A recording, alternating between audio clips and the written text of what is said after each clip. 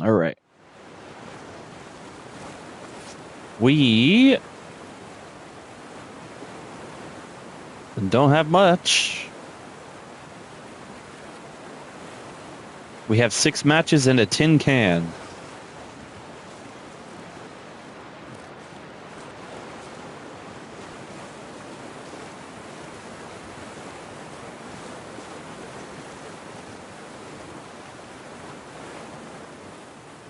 You see anything? Not yet. Keep looking. Shit! They found us. Not yet. But they're closer than I'd like. Oh, we shouldn't have slept so long. After Black Rock and the river, we were half dead. Now we're gonna be fully dead. We can make a run for the logging camp you mentioned. Make a last stand? You thinking? I was more thinking maybe we lose them along the way.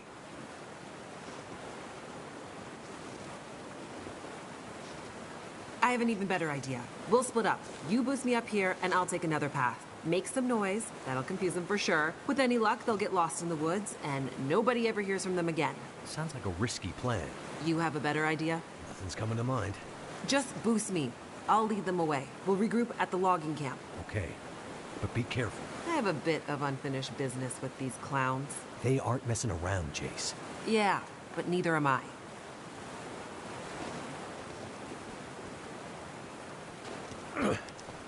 Up you go. Thanks, Mackenzie. You be careful now. Don't worry about me. Hey! Hey, convict assholes! Hey! Over here! Psycho.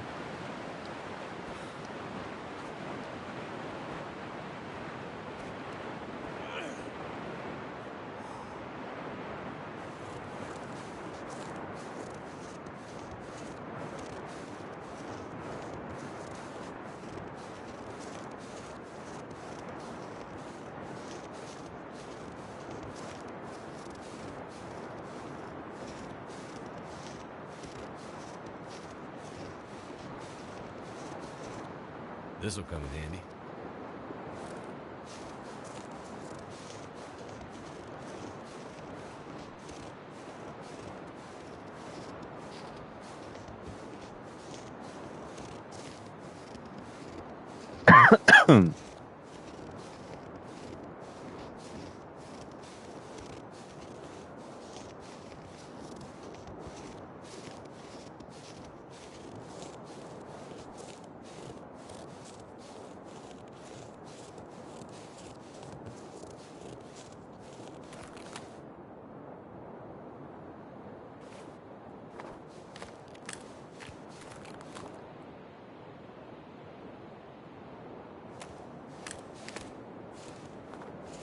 Why do I not have any sound effects?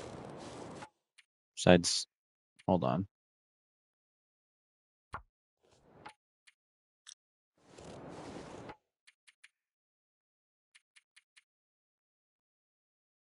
A little reload, see if that fixes anything.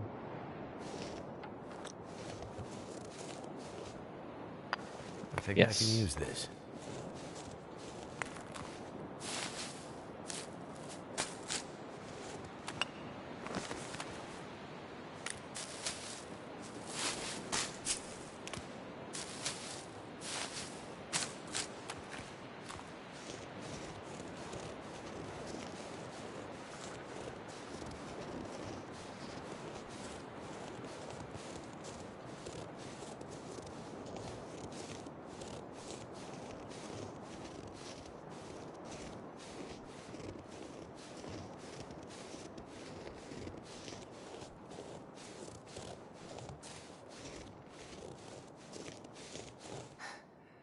Hey there. Thank goodness. You had me worried. I set a couple of false trails. That ought to keep them busy for a while. Those idiots are not exactly experts at the great outdoors. You see any signs of the logging camp yet? Nothing. What's that over there? Huh? Looks like something in the snow. I'll check it out. Good. Keep going. I feel like we're getting closer. Be careful. You too. Something in the snow.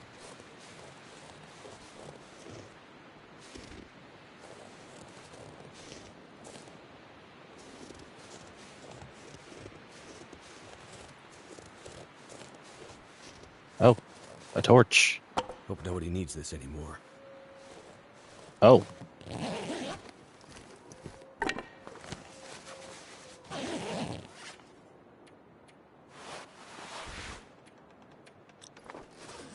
Why do I get the feeling I'm going to be needing these soon?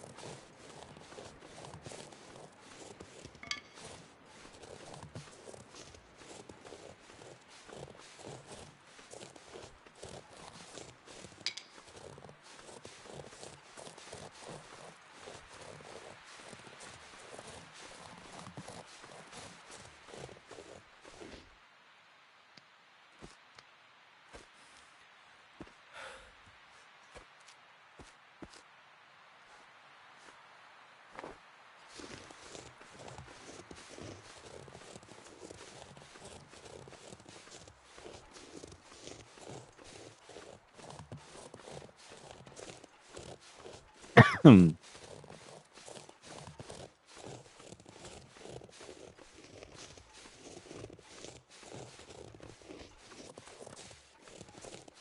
Oh, Damn great. wolves. Will I ever be rid of you?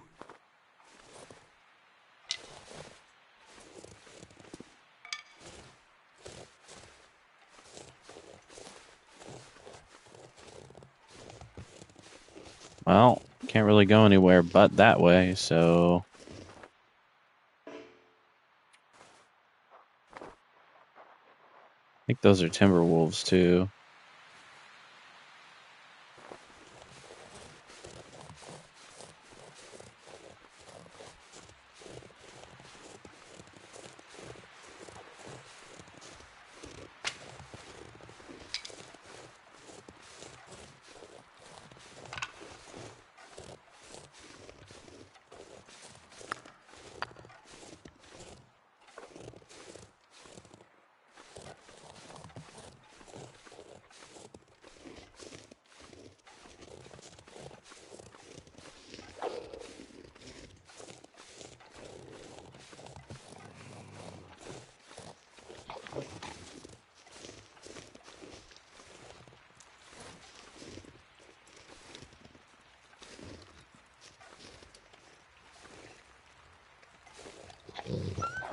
Oh.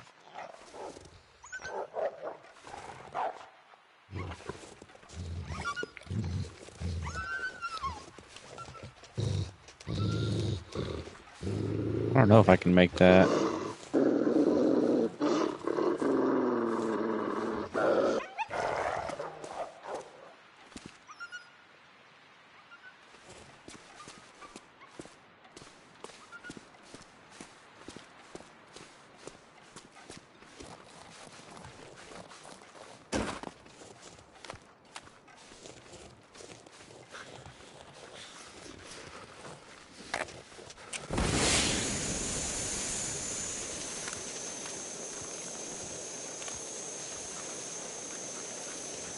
Bro.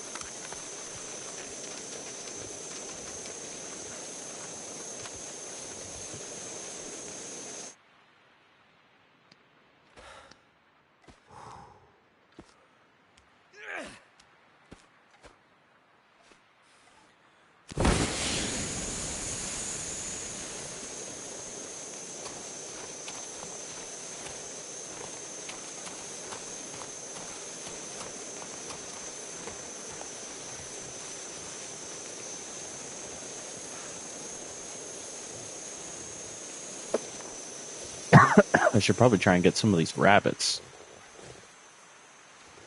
Make some rabbit gloves, maybe.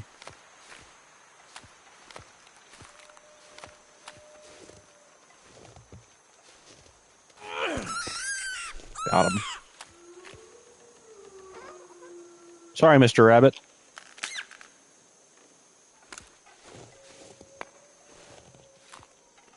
I'm going to make you into a pair of gloves.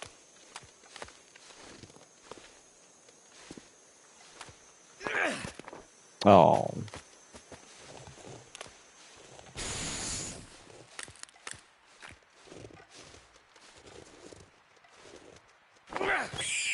Oh, right in the dome.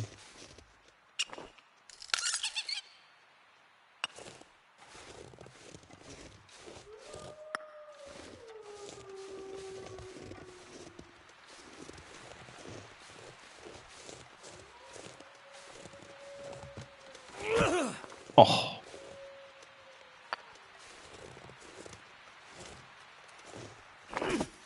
Come on.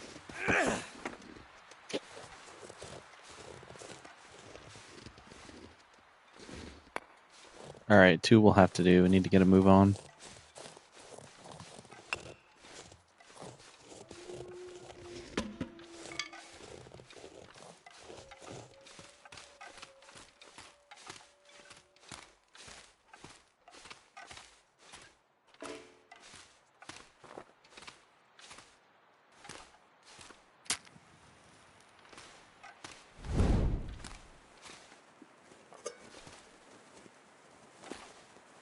Could end up being useful.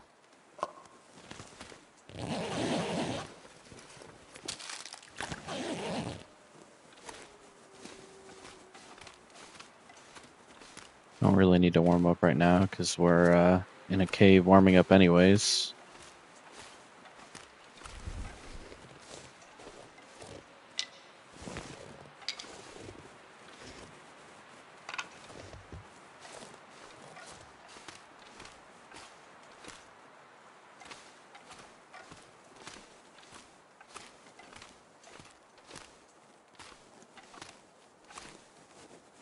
Just a rock.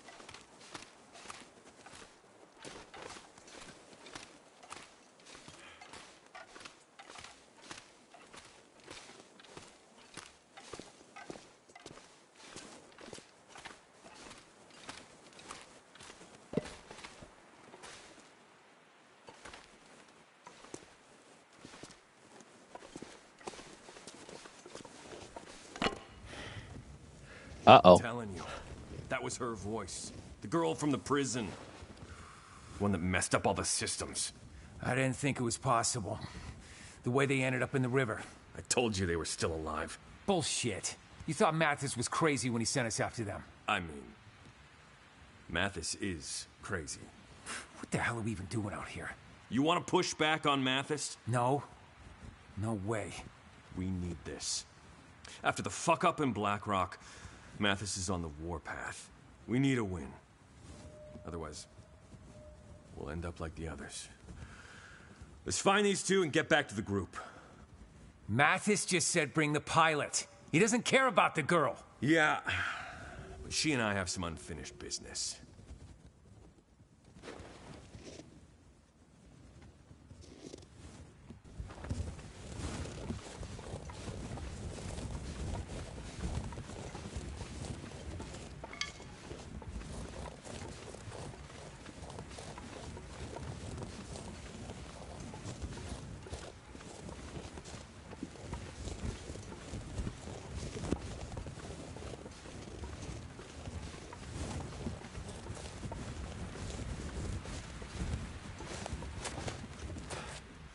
Nothing up there.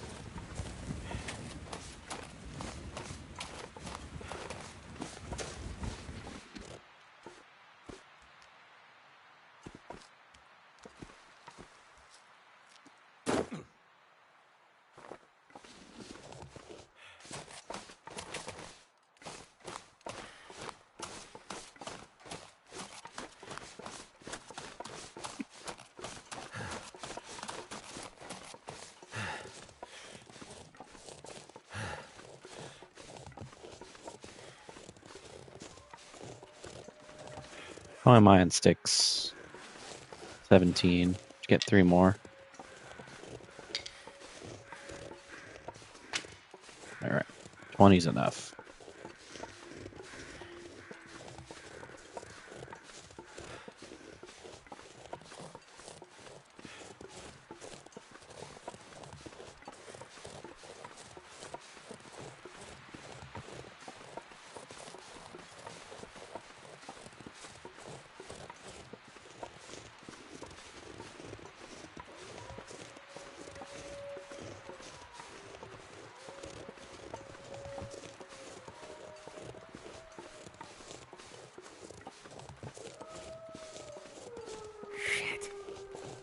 this again.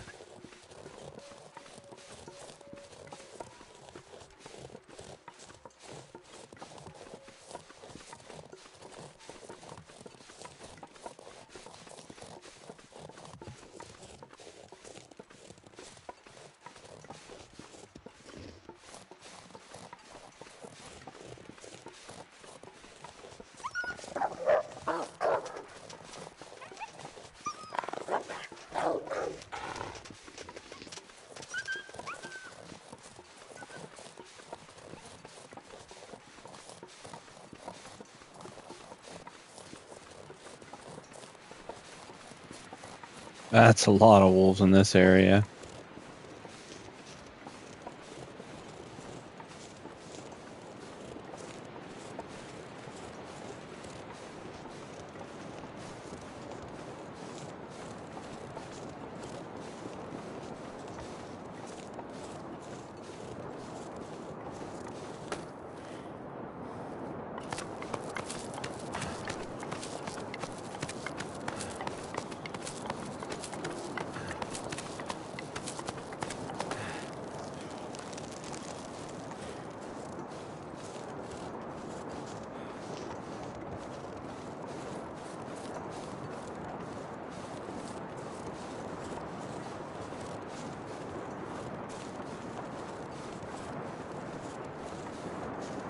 Looks like shelter to me.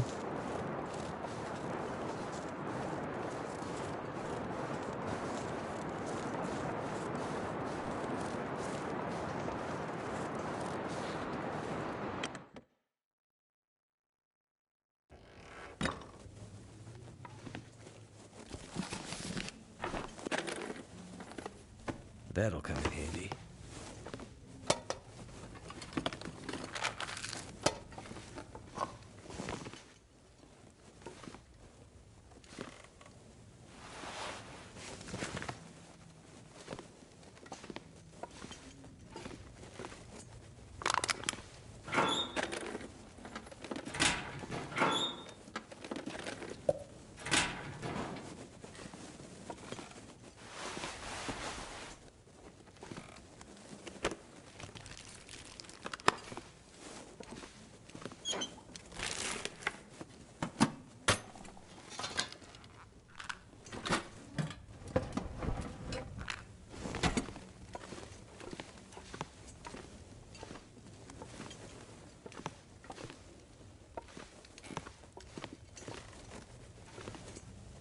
That's it in here. It's whatever's in there. Let's see.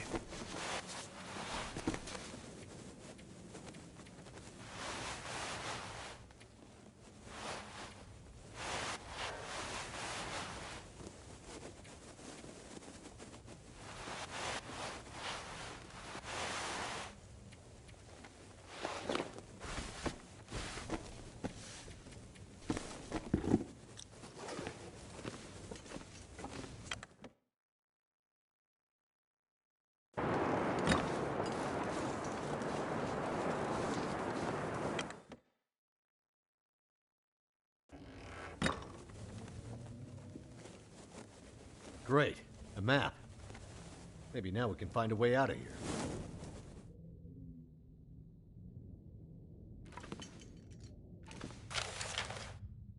Hand-drawn map of the Black Rock foothills. The edges of the map fade away in anxiety or desperation or both. Okay. I see.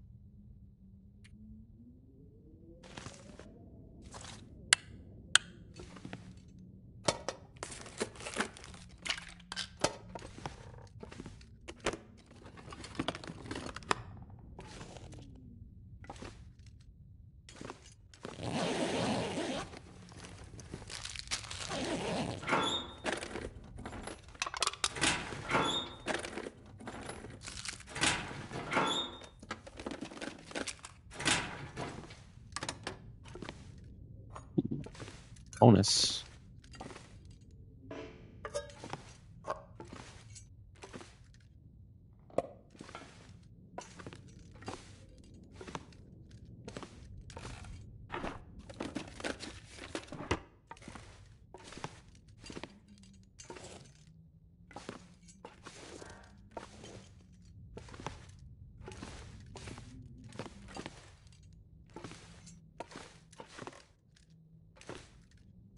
What have we here?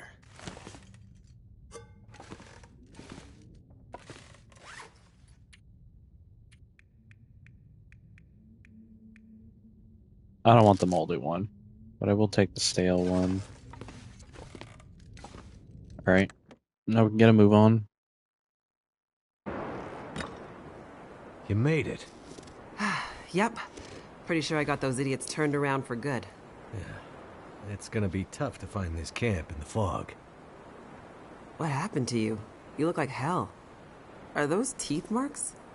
I met some old friends along the way. What do you have against wolves anyway?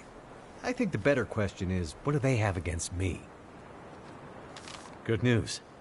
Looks like we're heading in the right direction. Right. Great. A mine. Trust me, they aren't my favorite either. I remember Atwood telling me a couple of hikers went missing there last year. Search and rescue got in there but had to give up. Too unstable. And let me guess. We need to pass through it. Well, no, not if we can find another way up and over that mountain.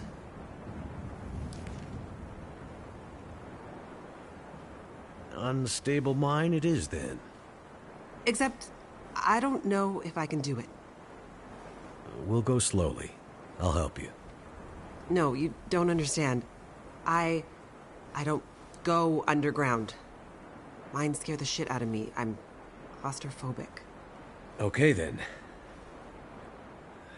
There's got to be another way. Well, I guess we could find a way around the mountains. But that would take days. Maybe weeks. I'm not sure we have that kind of time, Jace. Yeah. I'm worried about Atwood. She's been on her own for too long. She literally Let's get just closer came to out the of a mine cave and see what we earlier can figure in out. this episode. It was like, hey Yeah, there. I mean, it might be one of those mines that isn't completely dark. Our luck has to change at some point. Damn wall! Looks like tracks leading this way. I see footprints. Finally, Mathis will be pleased. Shit! What was it you were saying about our luck changing? Time for the last stand, I guess. We gotta move. But where? Hear that? The sounds of convicts getting closer? No, the other sound, like rushing water. Maybe the river switches back. Let's go.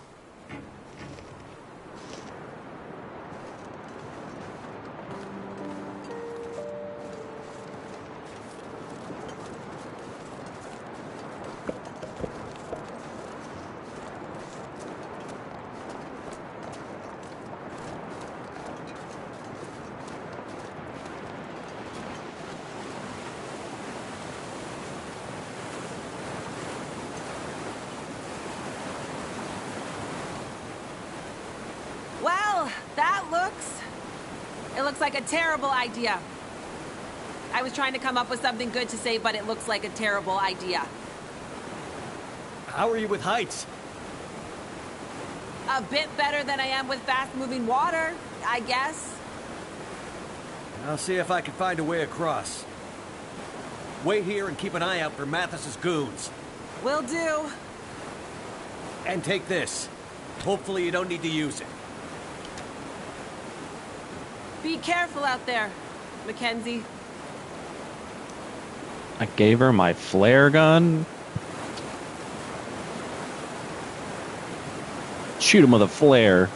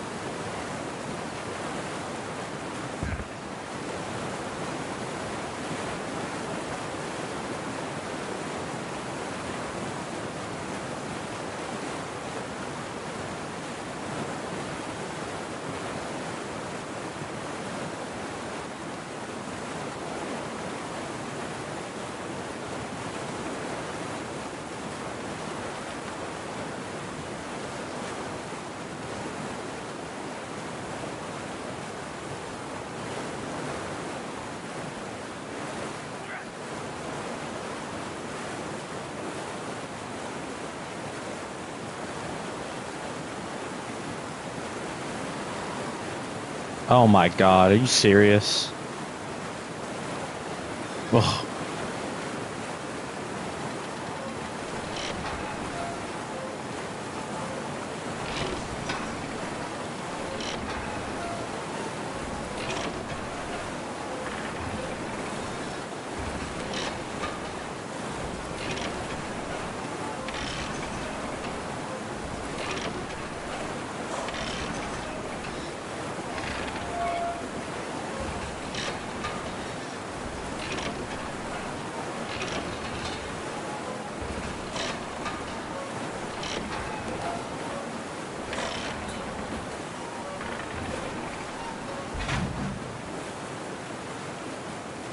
Jace, get in the cable car.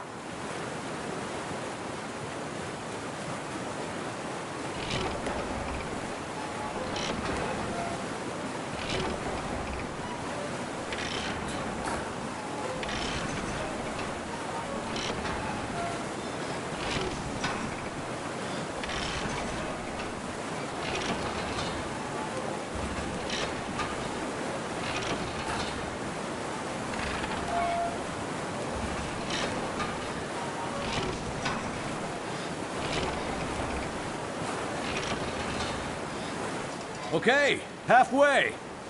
That was some fancy footwork getting across, Mackenzie. You impressed me. Don't ask me how I'm getting... Hey! Why will those assholes leave us alone? I don't get the sense that Mathis is a turn-the-other-cheek kind of guy. Think they decided to just kill us? I'm starting to get that idea. What are we gonna do? We don't have a choice. I have to get you to the other side. But the convicts, you're heading straight at them. I'll figure something out. I'll figure something out.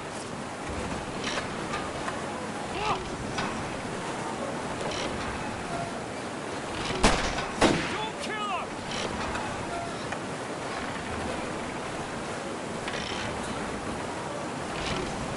Once alive. Oh my god. Look at this guy.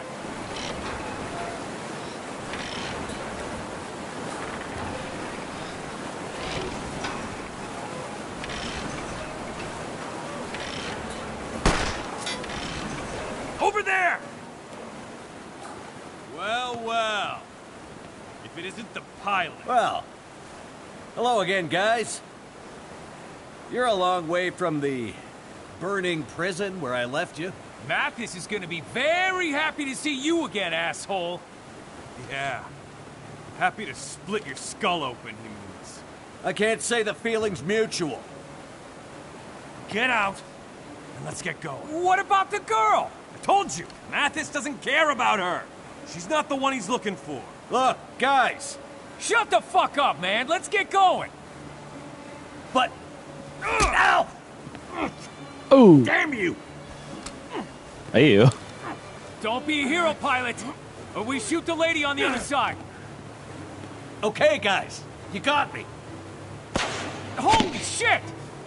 Get down!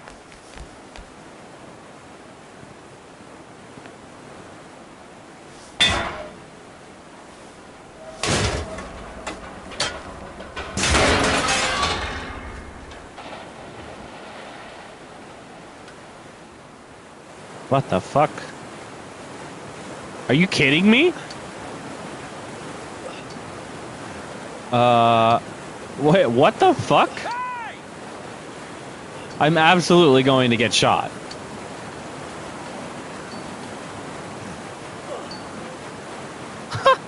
This was his plan.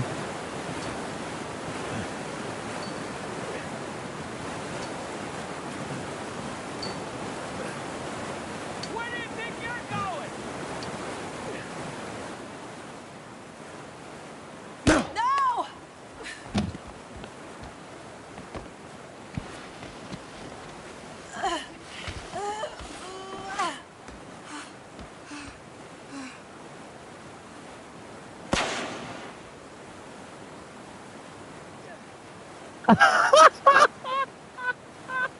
What the fuck Mackenzie? was that? Mackenzie! Oh my fucking god, Wake up. what the Wake fuck up, was man. that? Mackenzie!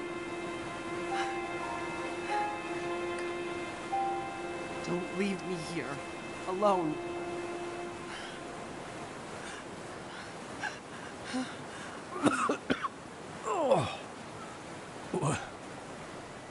What happened? You've been shot. I don't think so.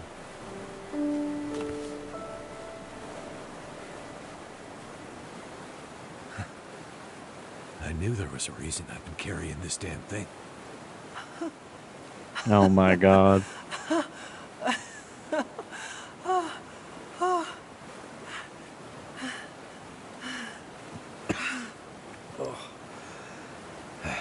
Think we should get out of here? Yeah.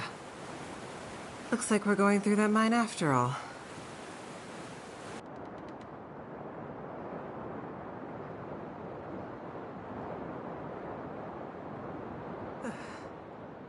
I just need to catch my breath. Good idea. Wait here. I'm gonna look around. That was so fucking lame. Oh my god. There's the entrance to the mine.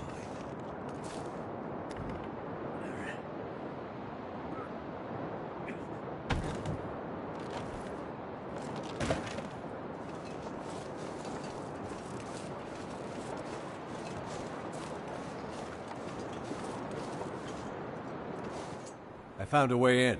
I know. You don't like mines. I don't think you understand. This goes beyond not liking something. I'm terrified of them. Maybe I should stay here, and you can go on and find Atwood on your own. I'll scout ahead. Find some light for us. And then I'll guide the way. I won't leave you alone in there. We can do this. Together. Ugh, I feel like I'm gonna be sick.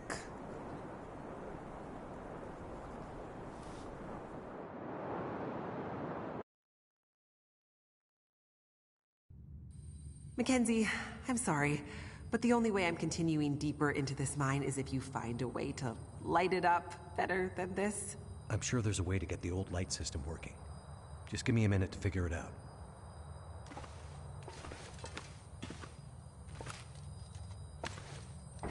Lights. Thank God. Nice work, Mackenzie.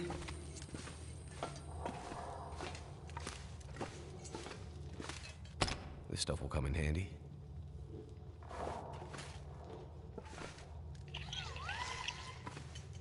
What the heck? Is that poison gas? I mean, yeah, I'd say so. Is that poison gas?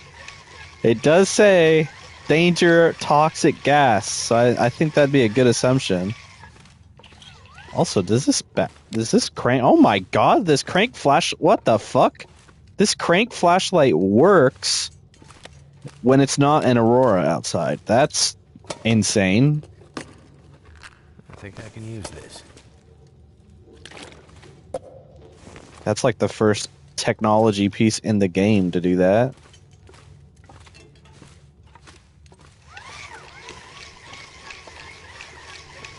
Get to crank my hog while I'm playing this game. I mean, crank my flashlight.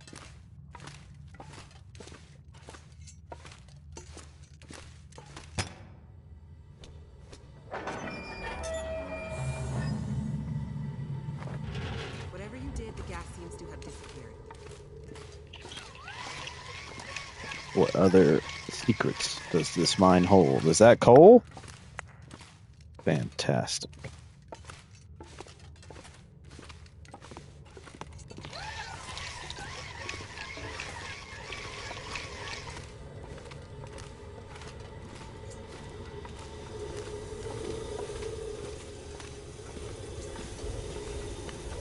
Jace. Yeah? An elevator.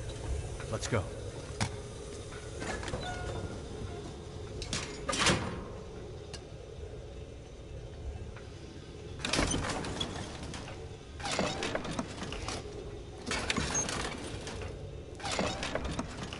So, you and Atwood. What brings you out here? I'm studying under Dr. Atwood. She's a genius. But Why way out here? Radio telescopes are usually built in remote locations to avoid interference. Honestly, the more remote, the better. Not when you have to walk to get there, though, right? Right.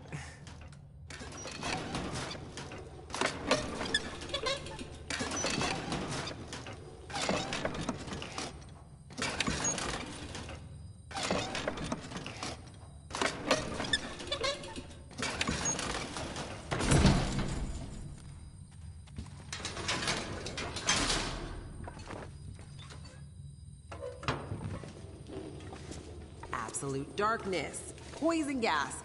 I'm starting to feel like we're not meant to be here.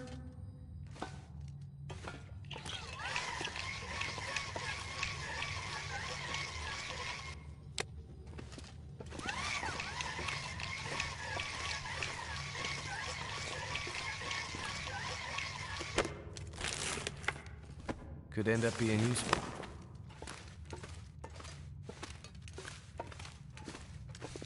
Oh my god, look at all the loot over here. Holy shit. That was a little too close. It was too good to be true. Lucky Jace couldn't see that.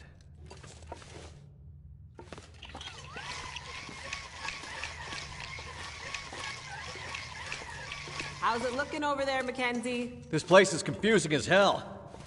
But I think we're getting somewhere.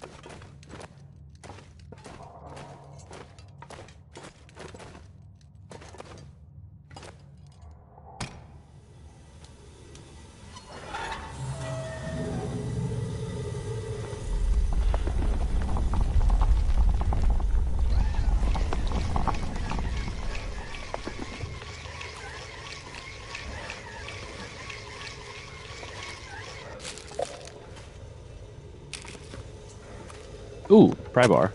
No, don't break that down, you idiot.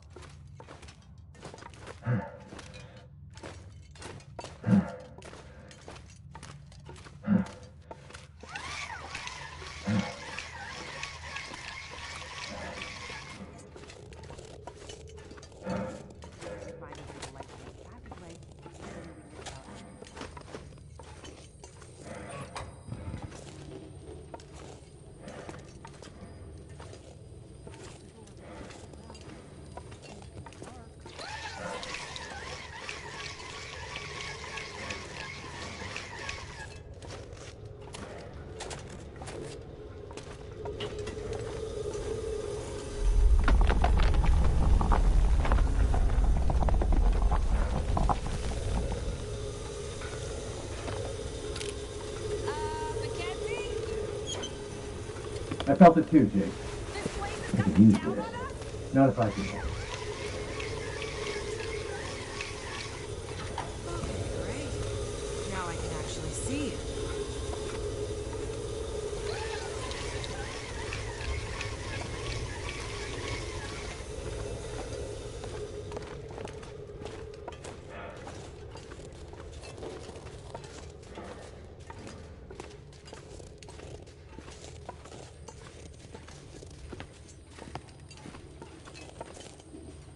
Looks like there used to be a ladder here.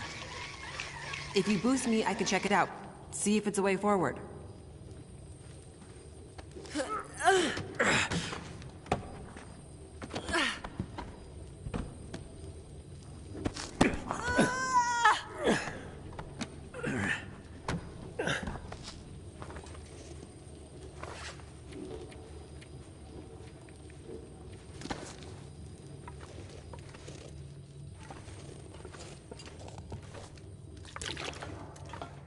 Is that the next elevator? Looks like it. Oh, thank God.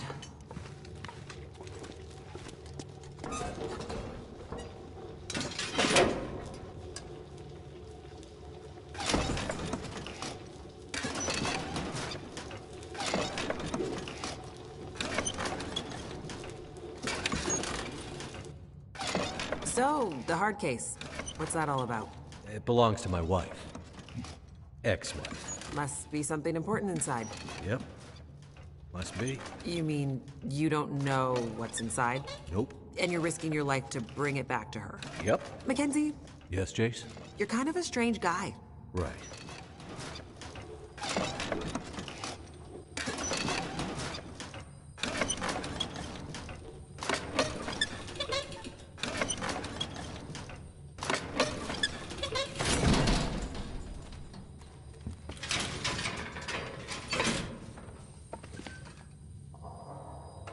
Ah, lights.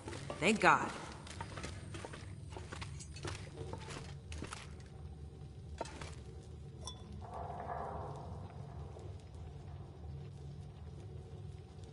Doesn't look like there's another way around. We need to This'll cross come in this handy. chasm. Why would I need the old flashlight when I have the new flashlight? Think if we push this down, it would make a kind of bridge? Another good idea.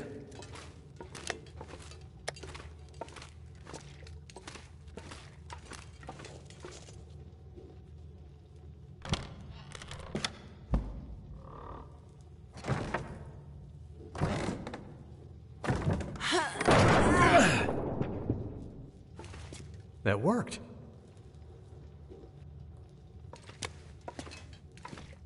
You leaving me here? Let me scout ahead. I'll find a way for us to get out of here. Suits me. I'd rather wait here by the light anyway.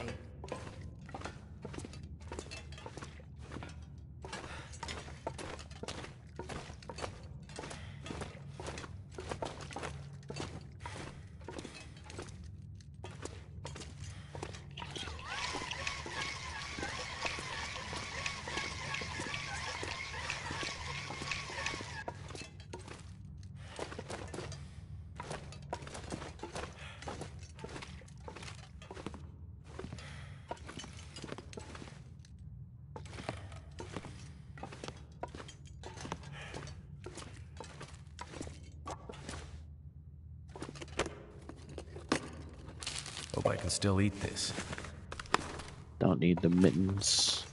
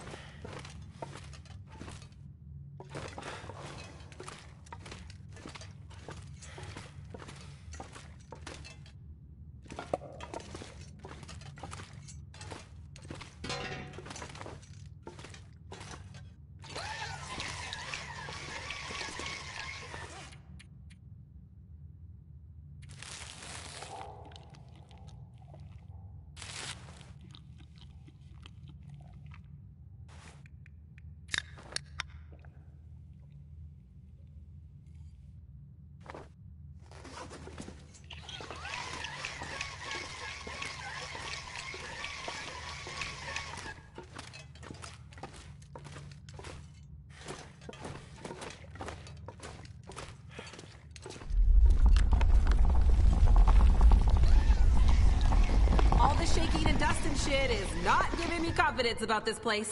In my experience, this is just what mines do. Just what mines do? What the heck does that mean? Deep breaths, Jace.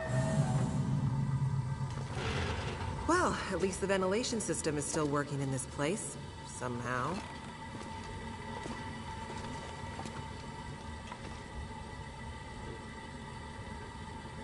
I don't suppose you have bolt cutters by any chance?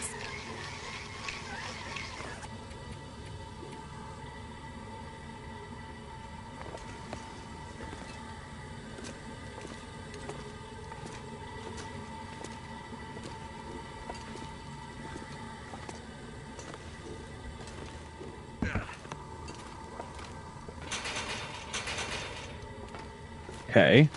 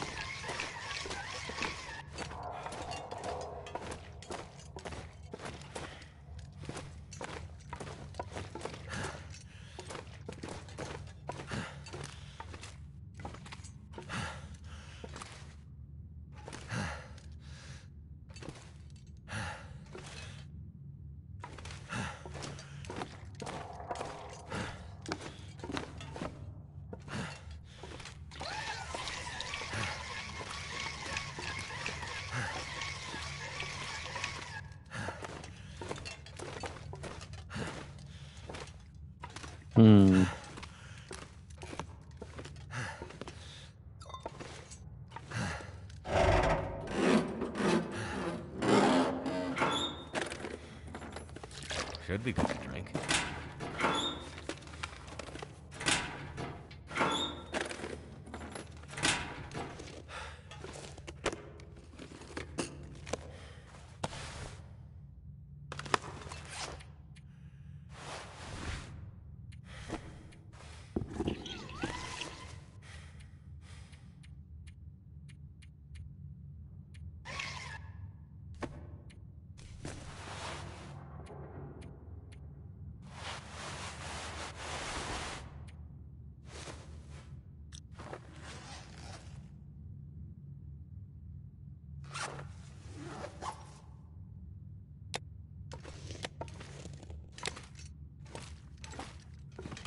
What have we here?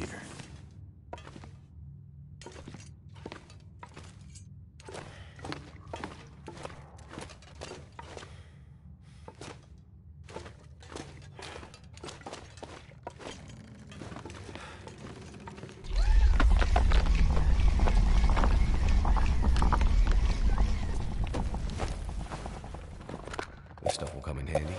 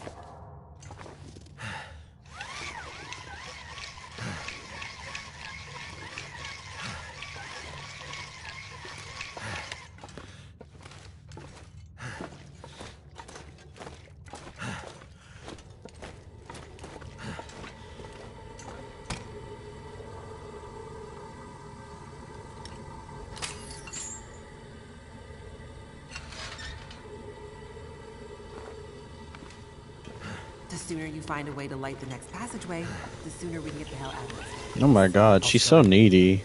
See what I can find. Like the next passageway, I can't proceed on foot with your flashlight.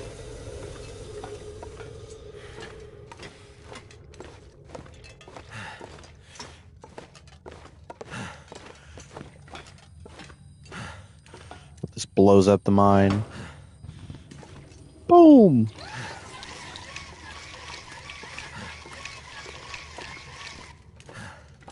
I never thought I'd be so excited to see a bit of light. Look, she has no problem running when the lights aren't even on yet.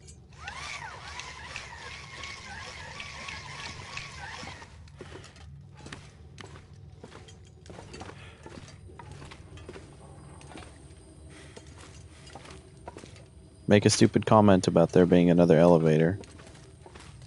Elevator time, Jace. Right behind you. Yes.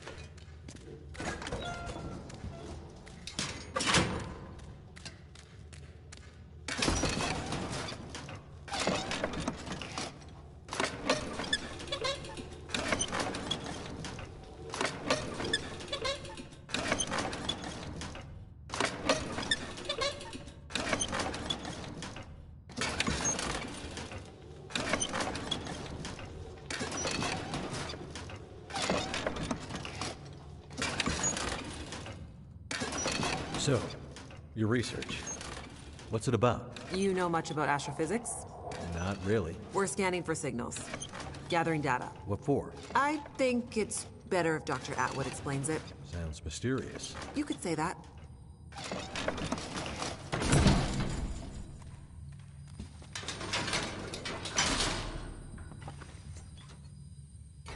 Lights! Great! Now we can really see how dark this place is. What? We might be pushing our luck, but I wonder if we can get that crane running again. I mean, not without power. I bet it has a manual setting. See if you can find a way to unlock the system. Could be our way across to the other side. Right. I'll see what I can find. You're probably looking for some kind of key. Sure, there's always a key. It's just never anywhere close to Oh my fucking god. Stupid.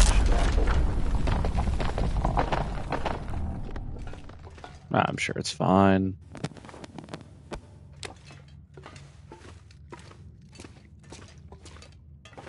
Any luck finding that key? Still looking.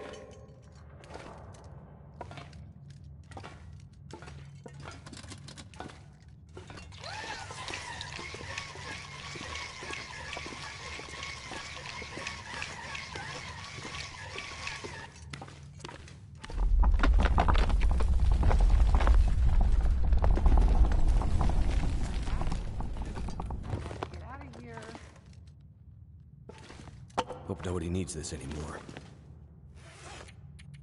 Alright, we don't need 20 sticks.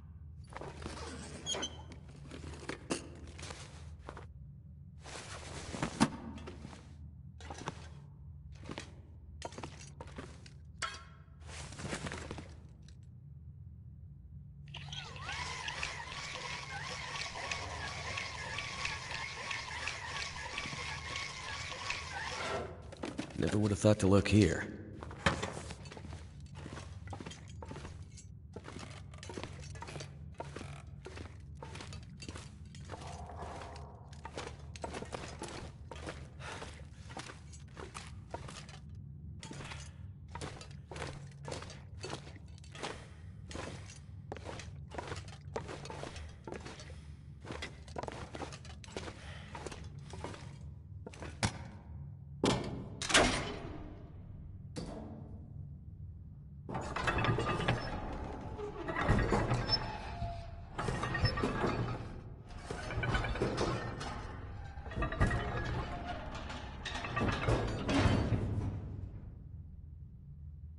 Great work, Mackenzie.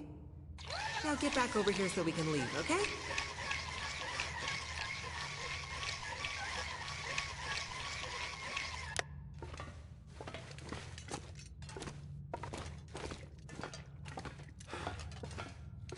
Wow, that's gone.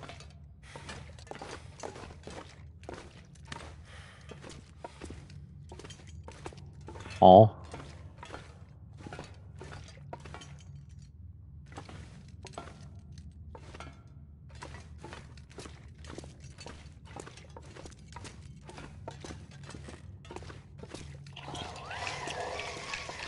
Does he need to make a comment about it being gone? Probably. The bridge is gone.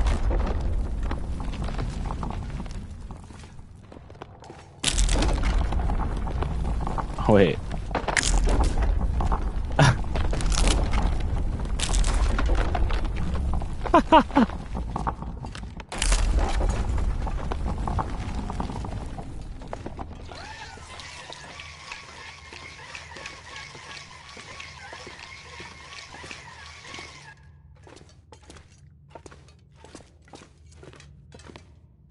Ah, here we go. Down.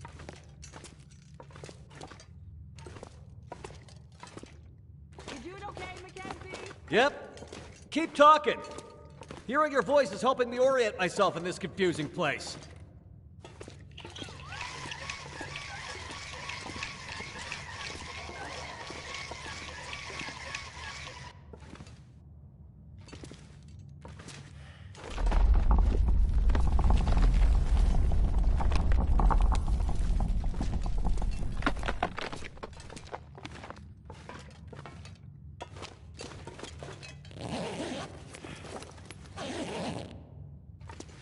Nothing in the backpack.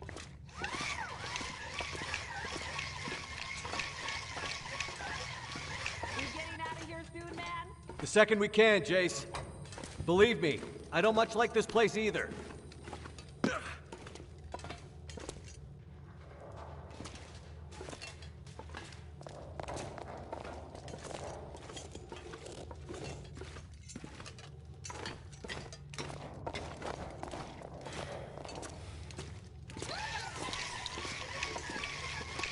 Jace, what's your favorite time? Elevator time. Let's get out of here.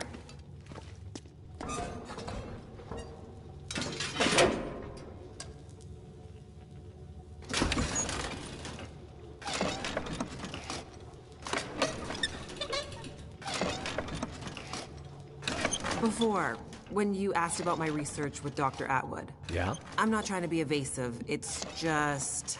It's okay, Jace. We're not all cut out to be astrophysicists. It's not that I don't think you can understand it. Sure. It's more that the research is a little... A little... It's a little fringe. fringe. Let's just say it's not exactly going to get written up in the regular scientific journals. You have no idea what Dr. Atwood's doing up here, do you? I mean, mostly. Mostly? Yeah. Mostly.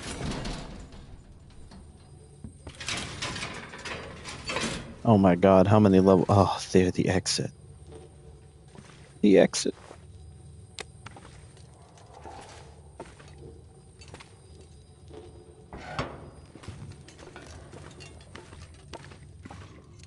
It's only the dark. Nothing to be scared of. Wait, what was that?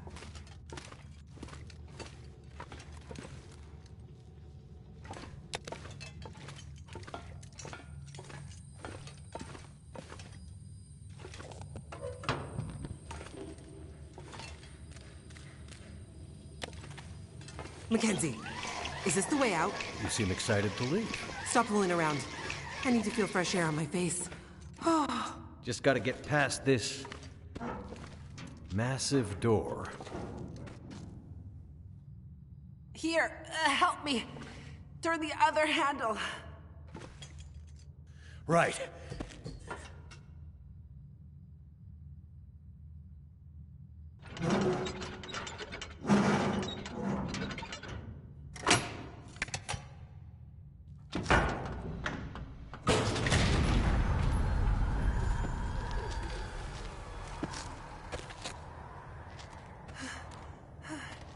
Can we get the hell out of this place now, please?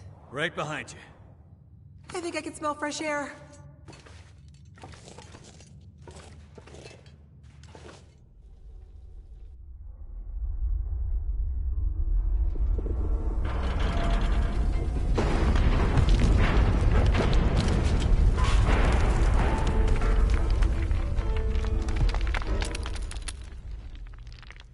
Well,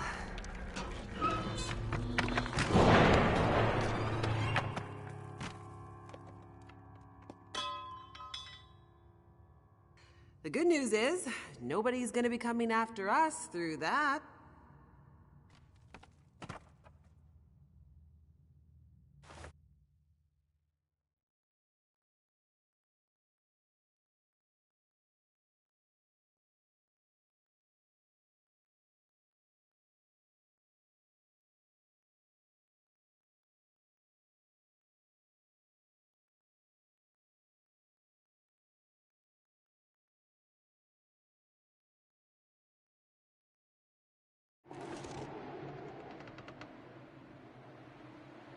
Suzuki Radio Telescope, Mount Franklin, elevation 2196 meters. There it is. Home sweet home.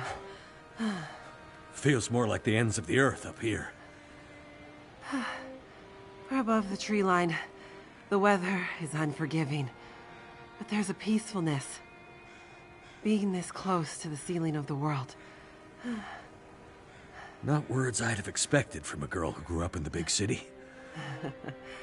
Being up here does something to you. It makes everything seem less. Somehow. I think I understand what you mean. I hope we're not too late.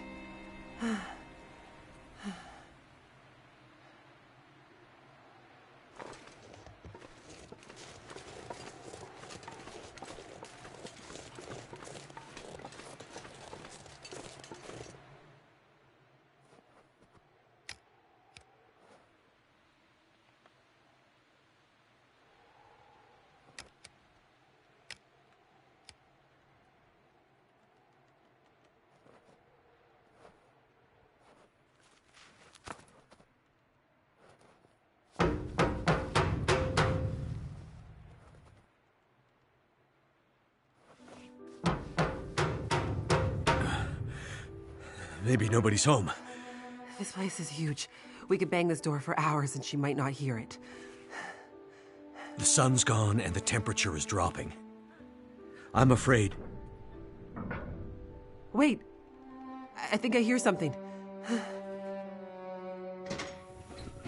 Dr. Atwood? It's me, Jace. Hello, dear. I'm very glad to see you again. Relieved, even. And who is this? This is Mackenzie. He helped me find my way back to you. You know how I feel about strangers. I know, but I have a feeling he can help us. You kids had better come inside then.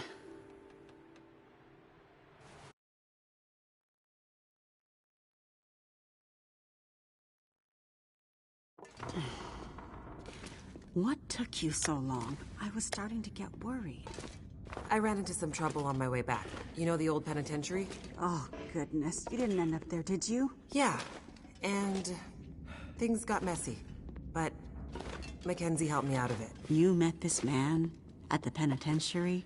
I wouldn't have made it out alive without him. Well, it sounds like you've had some adventures. I've also been busy with our research. Yeah? Any breakthroughs while I was gone? Well, unfortunately, no. The whole facility seems to be in a kind of maintenance mode.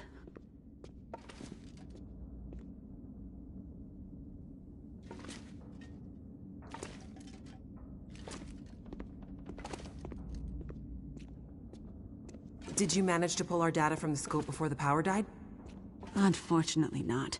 That's what I need to talk to you about. But first, there's something I need to show you in my study.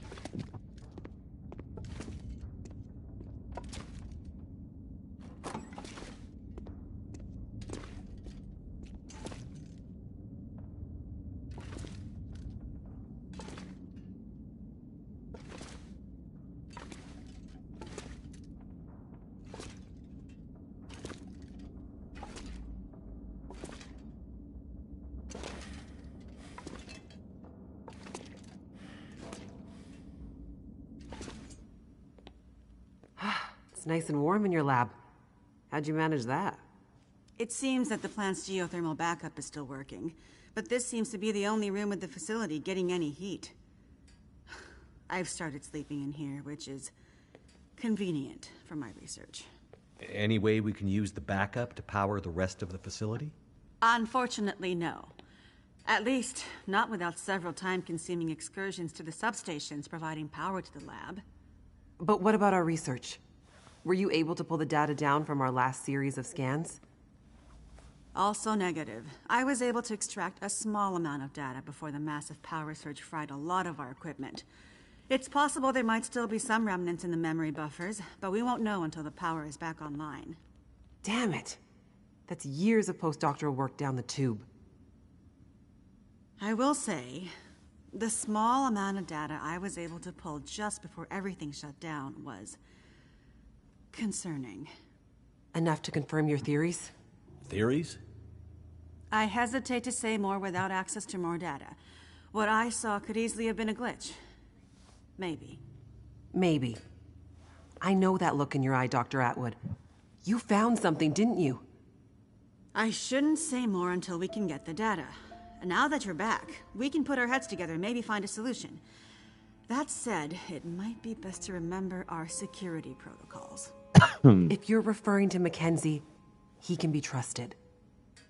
If my suspicions are correct, I'm not sure we can take that risk. Look, I'm not here about your research. Then why are you here? I was sent here to find you. Sent here by whom?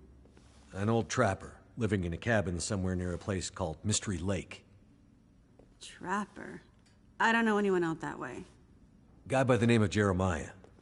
Grumpy guy, but he didn't strike me as the frivolous type. It was important to him that I find you. Well, what was the message? It's a bit strange. He said to tell you Wintermute. Wintermute. That's what he said. Jeremiah and Wintermute. I haven't heard those names in a long, long time. Are you okay, Dr. Atwood? What's this all about? It can't be. Dr. Atwood. What does it mean? It means things are much, much worse than I feared. Are you going to explain any of this? I need to think. Please leave me now. I need quiet to think. Well, okay. Come on, Mackenzie.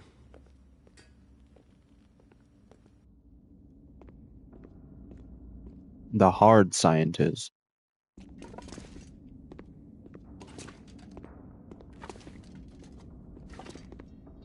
When she gets like this, it might be days before she comes out of it. We may as well try to get some rest. I won't lie. It's been a while since I had a proper sleep. I hear you. My room's in the workers' quarters out this way. There's plenty of empty bunk rooms. Take your pick. I will do that. And a kitchen with food, if you're hungry. Thanks. I'll check it out. Thanks for your help today, Mackenzie. Not a problem. No, I mean it. Visit the Past kitchen few days and are get some really- rest. Or the prison. Or the logging camp. Or... Good night, Mackenzie. Oh, night, Oh Jace. my god.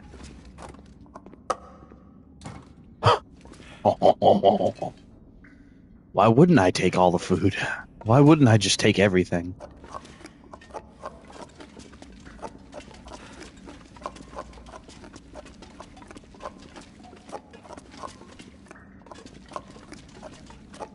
I'm gonna have to leave something behind.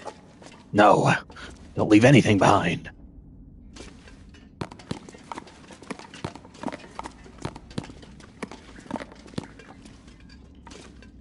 Actually, I will leave some shit behind that I don't need. I think I need to lay down. Shut up. You don't need to lay down.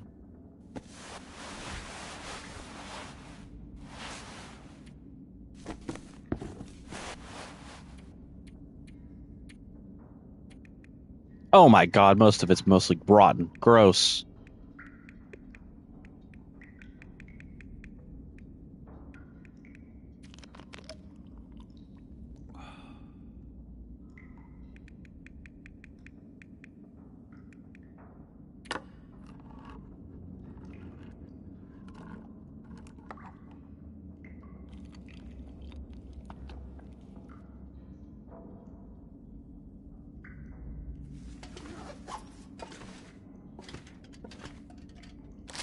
Is it food or...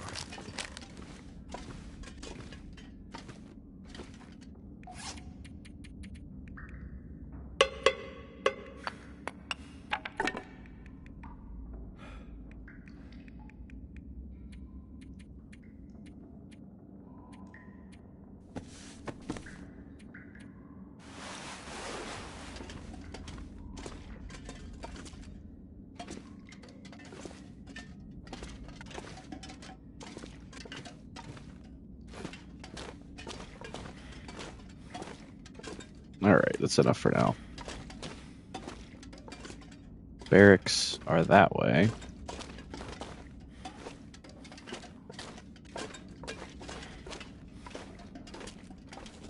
New clothes. I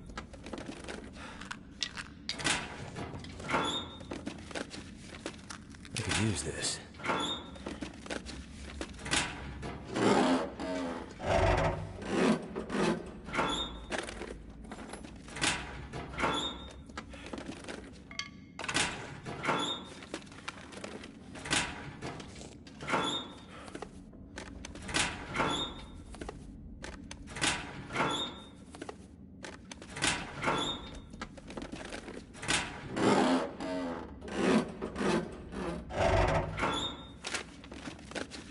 This'll come in handy. Fishing tackle. Ew.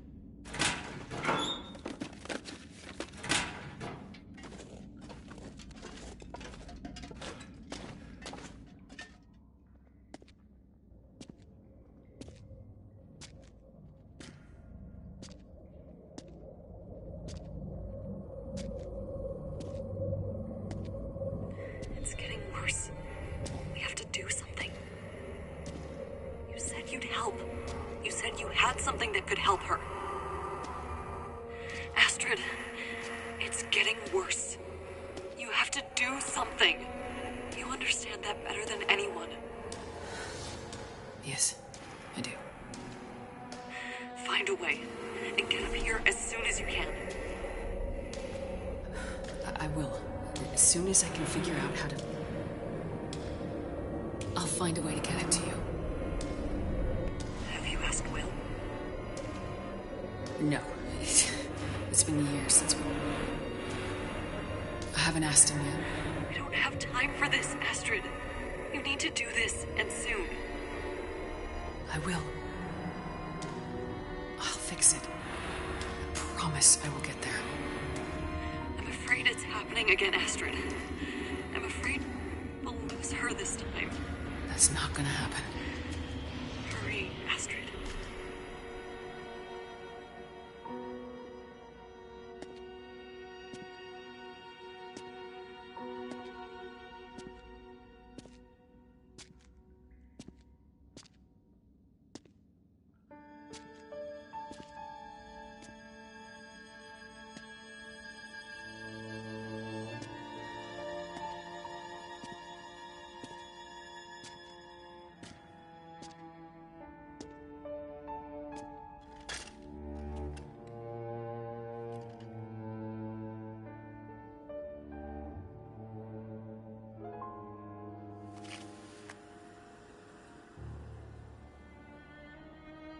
Huh?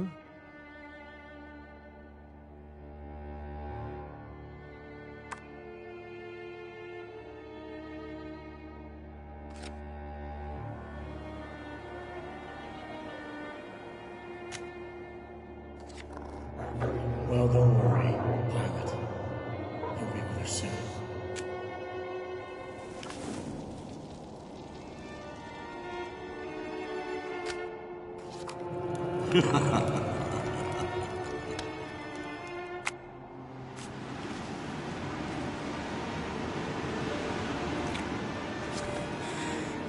Wake up, Mackenzie.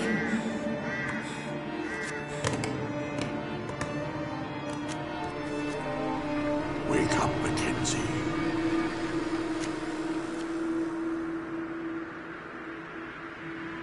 Wake up, Mackenzie.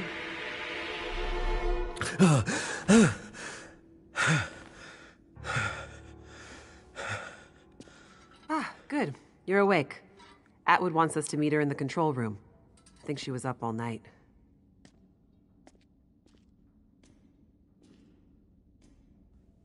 I have to get the hell out of here.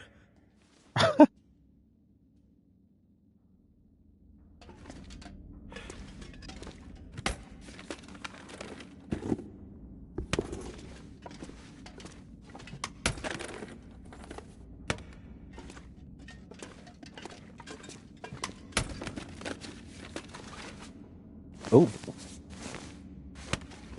This gear's starting to slow me down.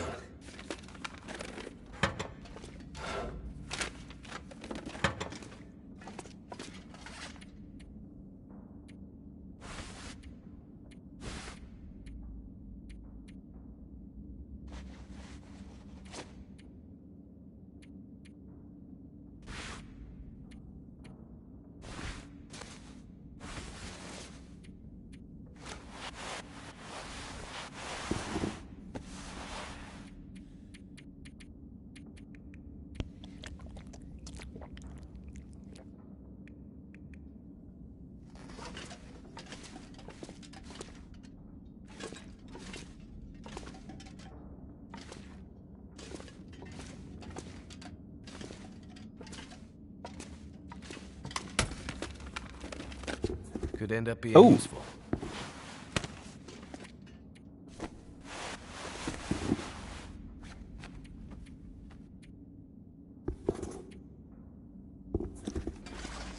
Mucklucks.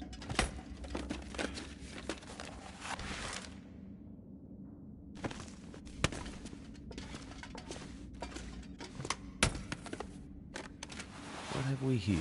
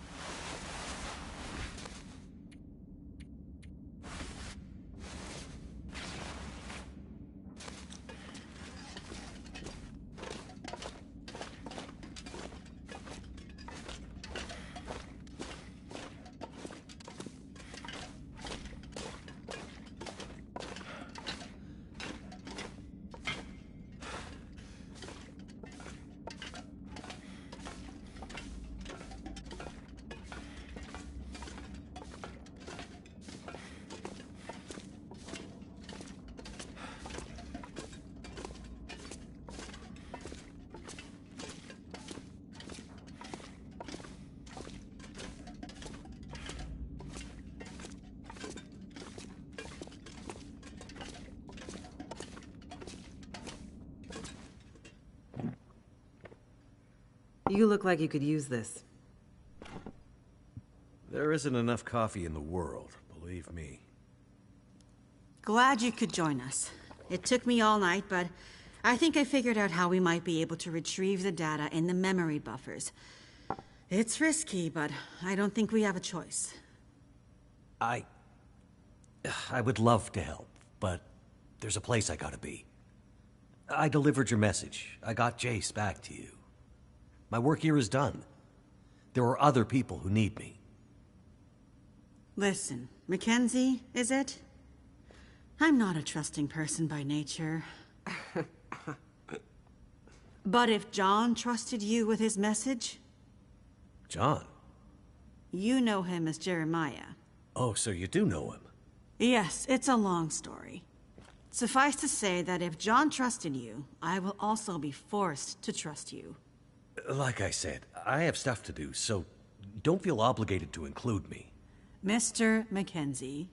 Just Mackenzie. Mr. Mackenzie, whatever important thing you think you need to do, I promise you, it's not more important than this. This might be the most important thing anyone has ever done. I'm listening. I have an idea for how to retrieve our data from the memory buffers, but to do that, I need the power back online. Sounds like a tall order, given everything. Normally, I'd agree. But the Suzuki telescope was built with a very specific purpose in mind. It's electromagnetically shielded. Exactly. See, the whole reason this is up here is its location not only allows the telescope to broadcast and receive signals from space with almost unprecedented clarity. Like I said in the mine, why else would you build a radio telescope in such a remote location? But the area's geological and geothermal characteristics lend it some very unique attributes. Look, I'm not a scientist. Can you flip a switch? That I can do. Perfect. Look at this map. See these 3 black rectangles? Uh-huh. These are substations for the station's geothermal plant. I thought you said it was only enough to power the heat in your lab. Currently, yes, but the system was designed to power the whole facility. The project was mothballed several years ago, and only the small feeder line left open, which is what is heating us right now. But the main line was mostly operational when they shut it down. Okay. If we can get the full system back online, we might have enough power to fire up the mainframes and pull the memory from the buffers before... Before what? Before the memory gets wiped. Forever. So the only way to maybe retrieve the data is to possibly get the system going long enough to pull the data down, and if we fail to have perfect timing, the data, my life's work, will be deleted. Forever. Our life's work. What do you need me to do? In each of the 3 substations, you should be able to find a bank of physical switches. They're currently in a kind of testing mode. Prime them and flip them to active. And, with any luck, we'll have power. Okay. Sounds easy enough. Problem is, once you start one substation, you'll have to hurry to the next. Normally, they would be turned on simultaneously by multiple crews. Here, you'll be on your own. If you take too long, pressure will build up in the system and probably create a catastrophic explosion. Right. Let's avoid that. Tell him. Tell him what? You know. Oh, he'll be fine. Tell him. Tell me what? Well, you might not be alone out there. Huh? You might have noticed wildlife has been acting a bit strange lately, since the Aurora first appeared weeks ago. You don't say. Well, for some reason, it's even worse up here. Our working theory is the altitude and proximity to a range of anomalous geological strata. It's okay. Strange wildlife I can handle. Great. You'd better get going. What's the hurry? You need to be back before the next Aurora. Why can't things ever be easy? If my calculations are correct, we're due for another burst of heightened Aurora activity very soon, which means the unshielded parts of the system will be vulnerable. Last time, the system shut down following emergency protocols. This time, there are no more protocols to protect the system. Another blast of geomagnetic activity like that, and the whole system could go up in flames. Right. So, no data. And what's so important about this data anyway? Please hurry, Mr. Mackenzie. Get this done, and I promise you all the answers your curious heart desires. There's a supply room by the entrance we came in at. You're gonna want to grab some warmer clothes and whatever else you think might come in handy.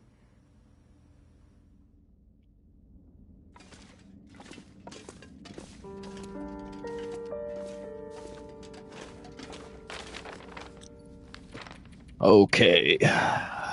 I guess let's drop all of our food near the supply room when we get there.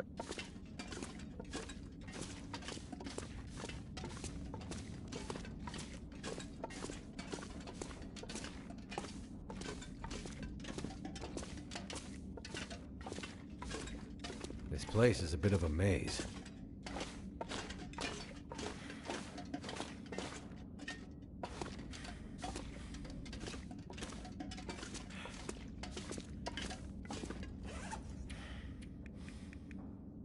Drop everything.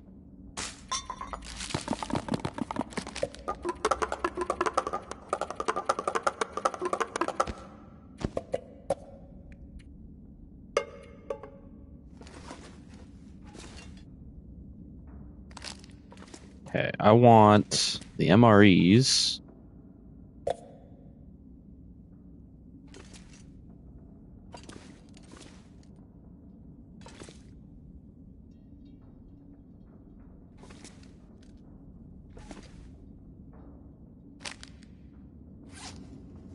Hey, that's enough food.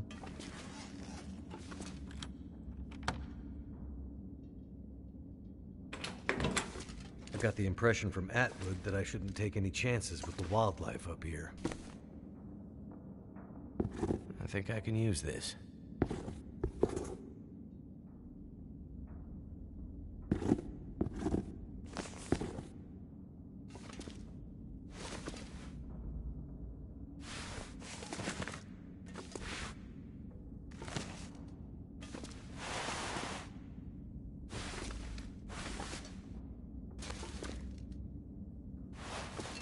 I need to drop something.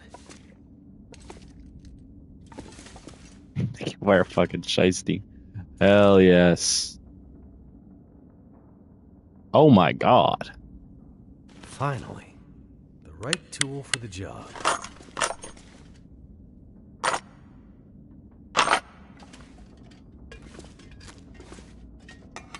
Got some fucking crampons.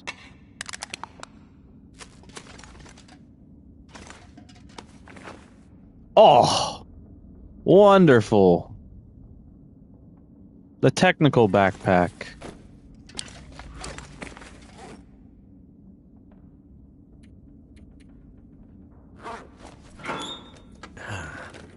someone's stash. Wow, they are really gearing me up.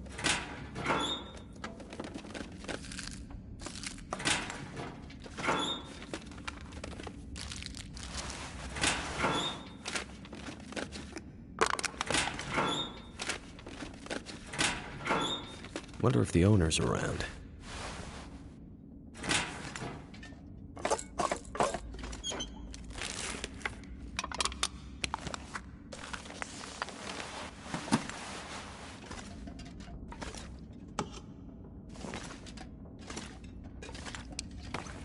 All right, let's gear up.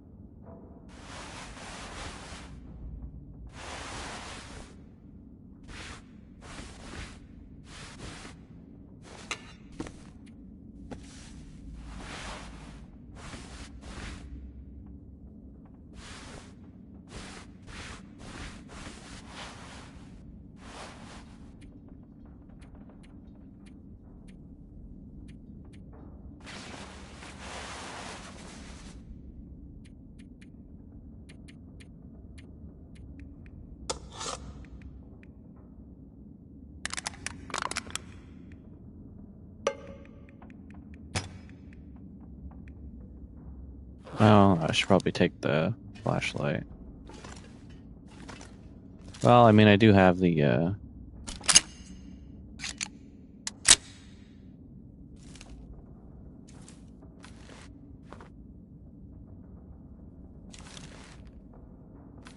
lantern. How much is... That's plenty of fuel. I'll be fine.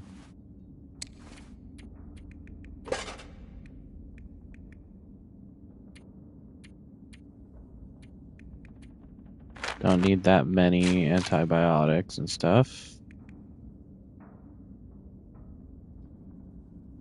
Use only in extreme conditions. All right.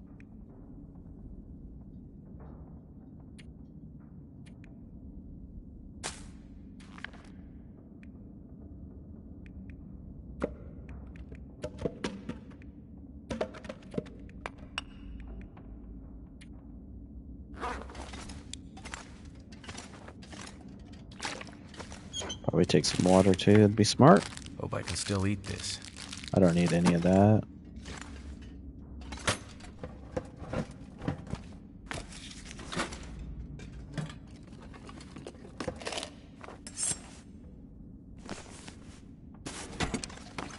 We'll take the actual knife though instead of the improvised one. All right, let's do this.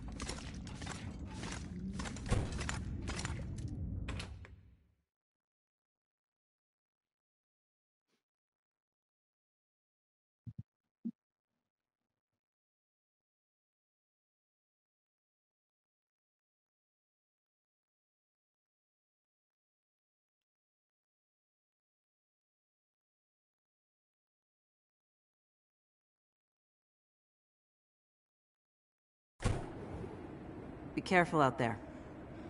Everything depends on you now. Oh. I'll be careful. Just come back, okay?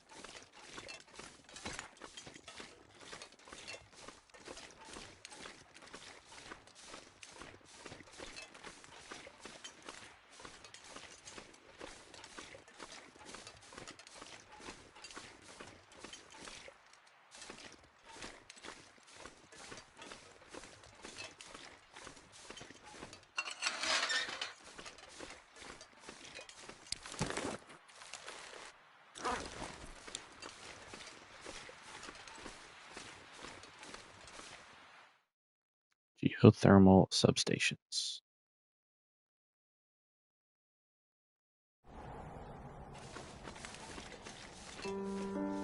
Oh shit, we do have a timer, huh? We only have 3 hours.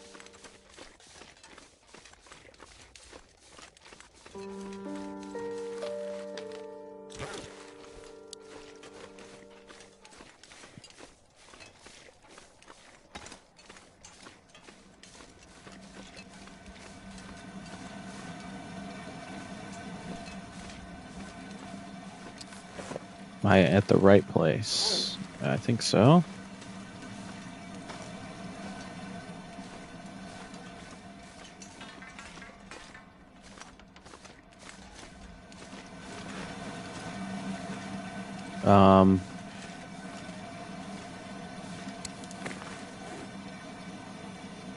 Activate. Oh, I have to go up there. I see. Okay. It's not down here.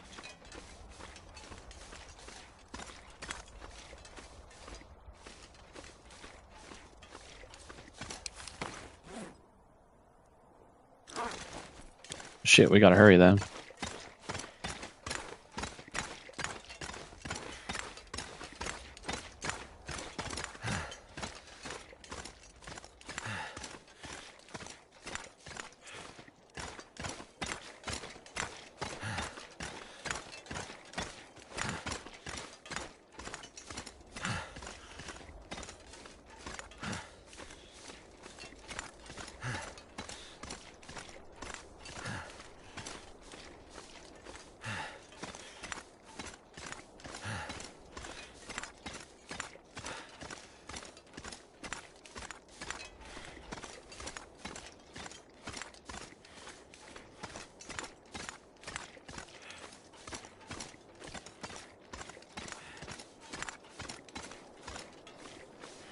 Gonna have to put this dog down.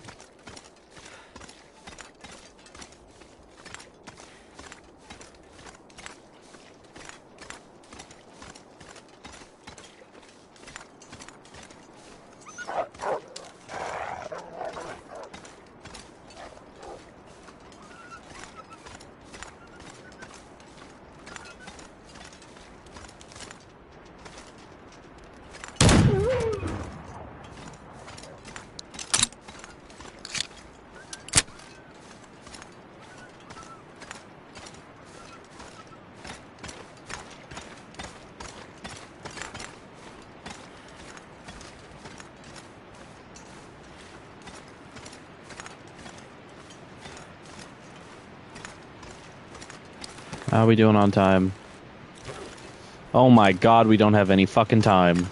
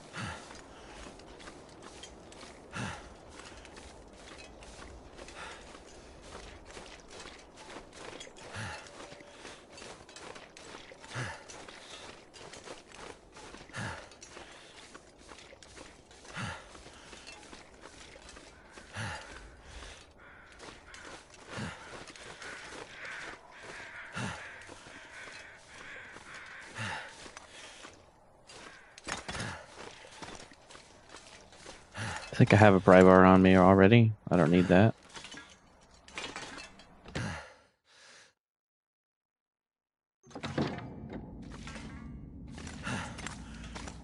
Don't care about any loot. We just need to flip the switch.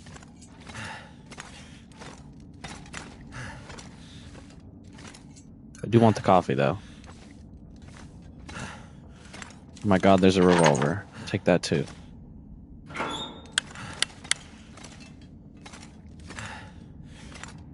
Oh my god, take that too.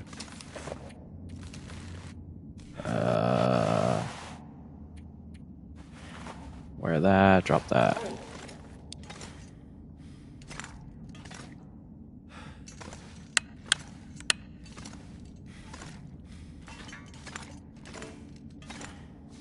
Oh, there's the switch.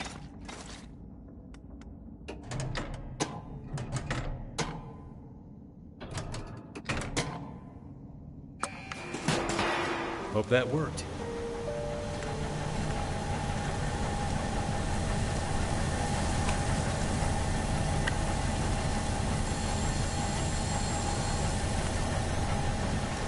That seems to have woken up a lot of bad stuff. So I do have to go this way.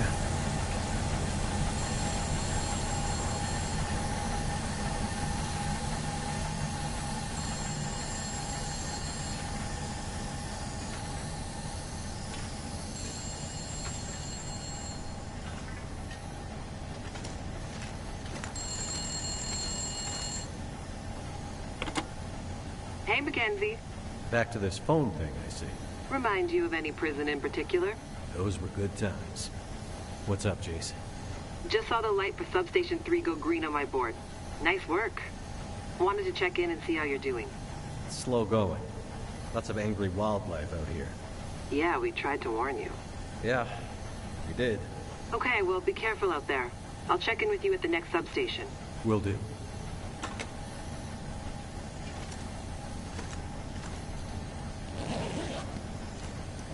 We have time to loot.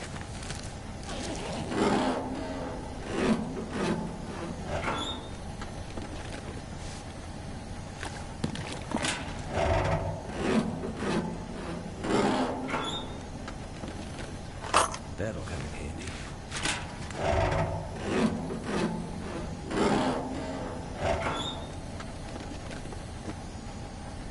Oh.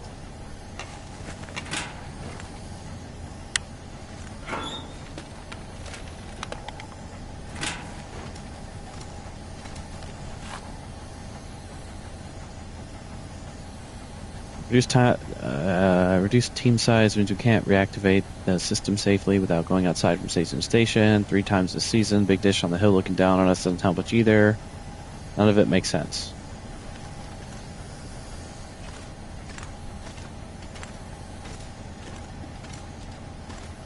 Okay, I think we're out of here.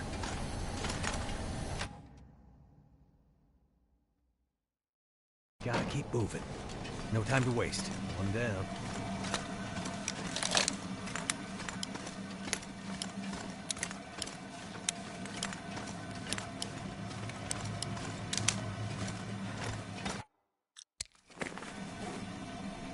This way, and then we take a right. Looks like steam's starting to come out of the pipes. Pressure must be building in the system. Just like Atwood warned would happen. Gotta follow the steam pipes.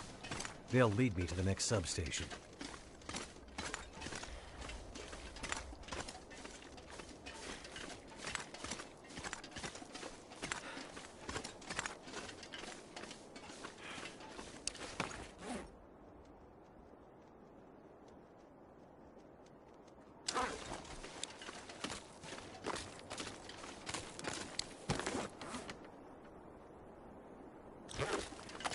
Okay, let's drink our coffee now.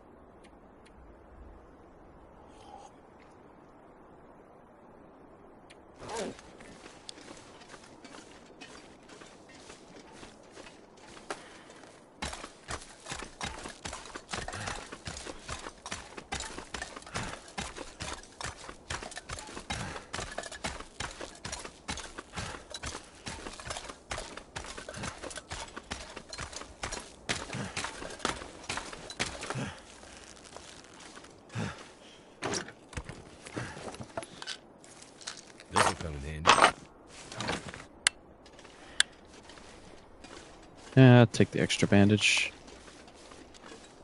Just in case.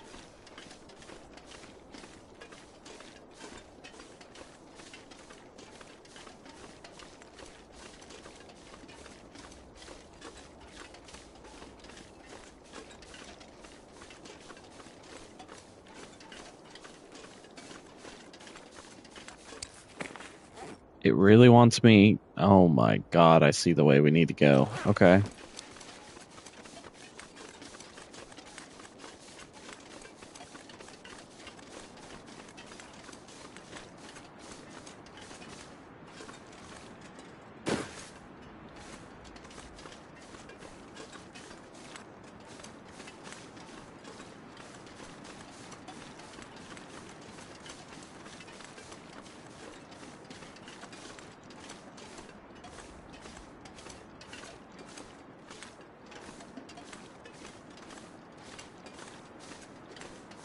Good thing I had those crampons. Holy shit.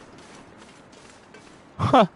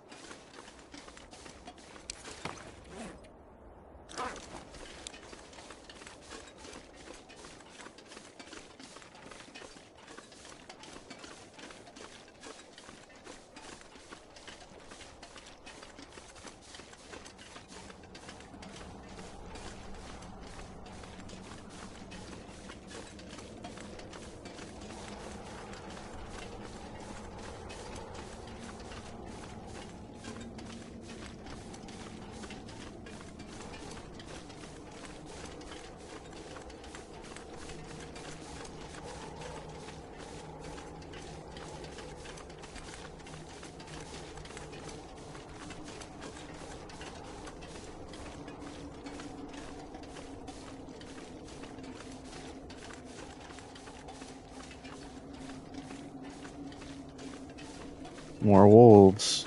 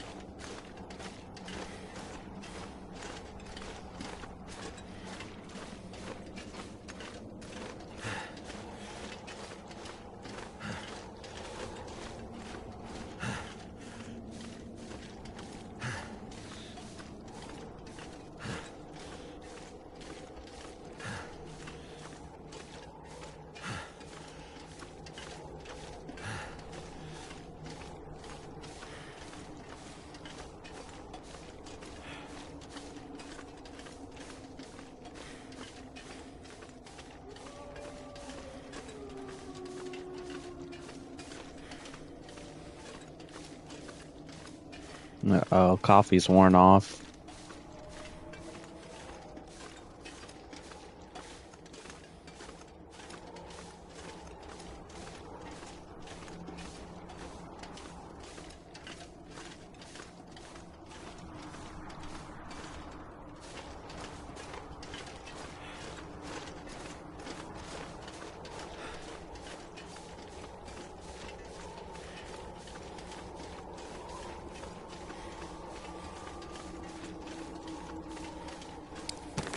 Where'd I need to go?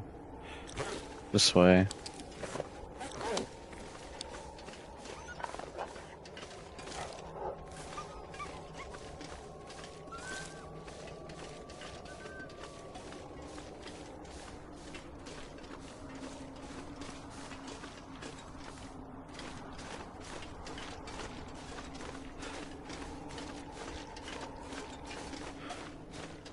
Is this the right way?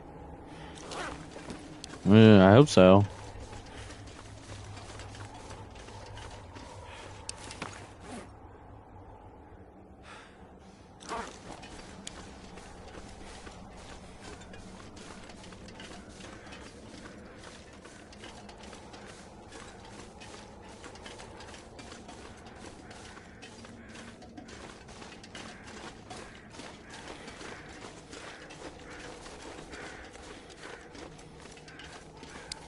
That looks like something, yeah.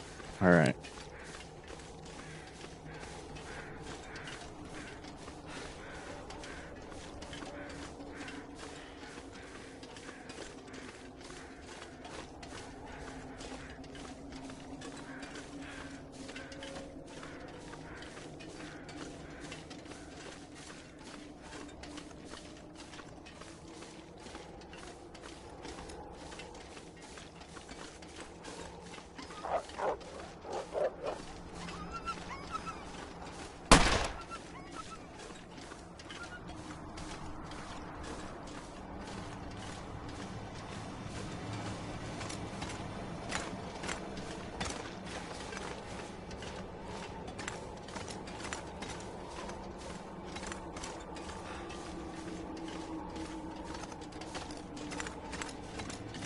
Alright, next substation. You're not going too slow. Chill out.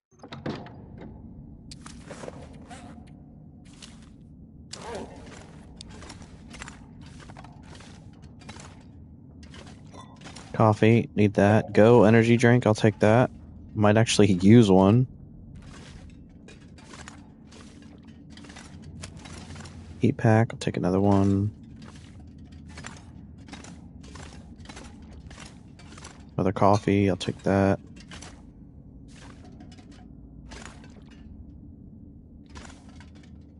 Is that ballistic vest?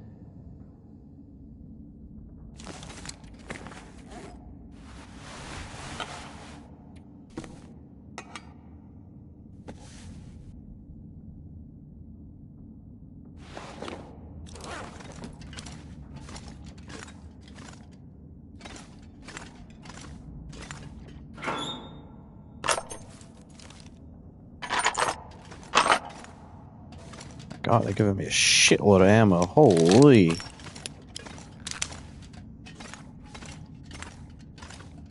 Alright. Where's the switch?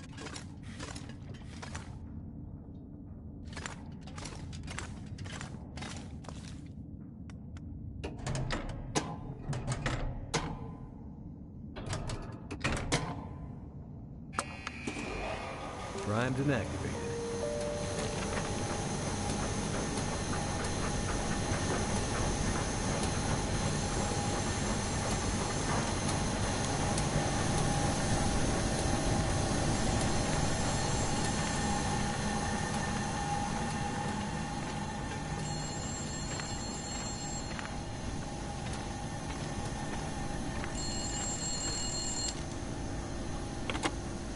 We gotta stop meeting like this.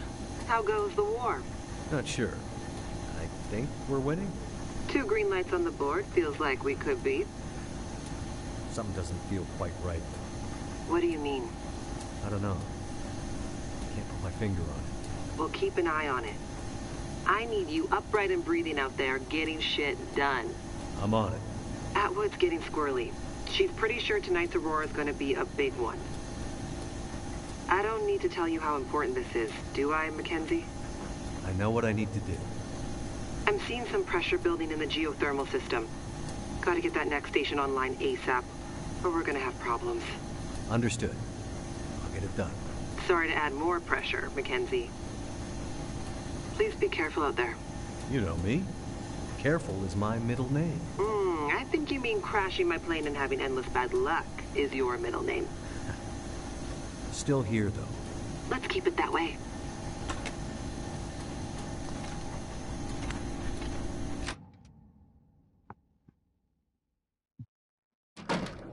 Another one down.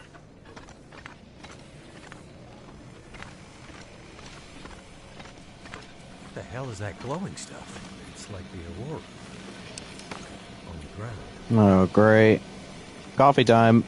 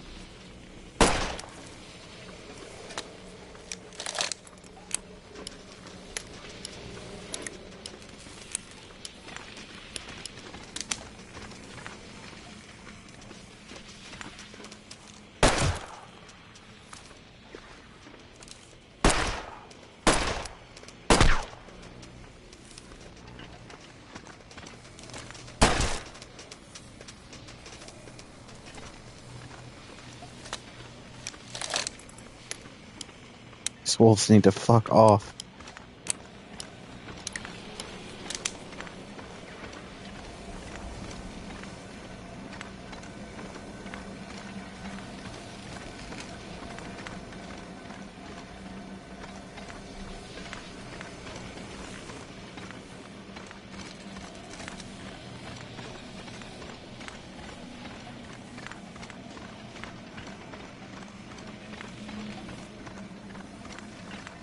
Follow the pipes. Yeah, they'll show the route out of this crazy place.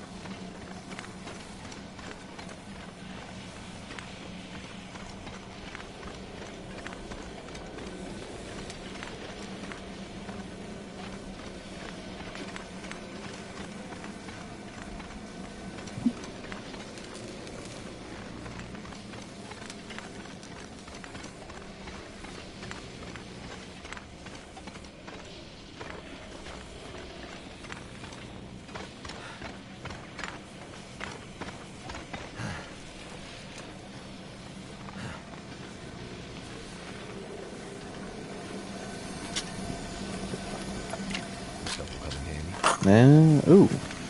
Man, I'll take that.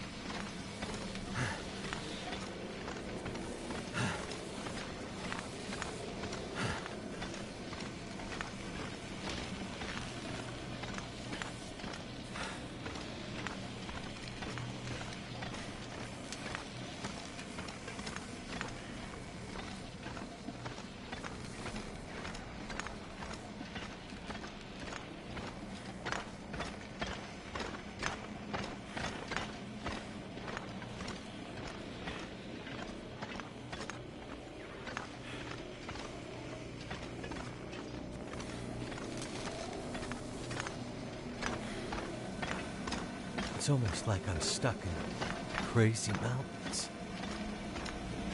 Madness. Like mountains of madness.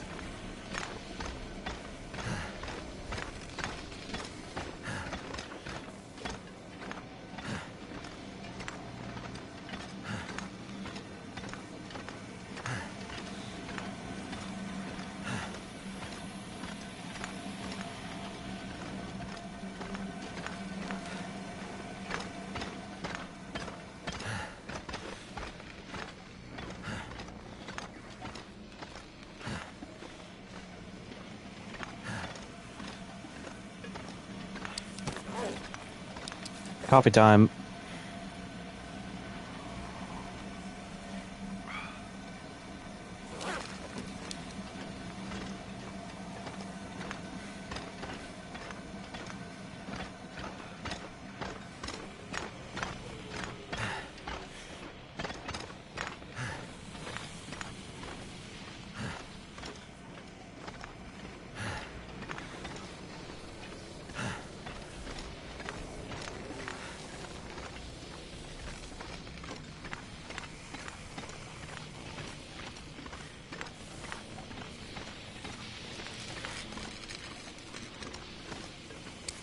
This the way?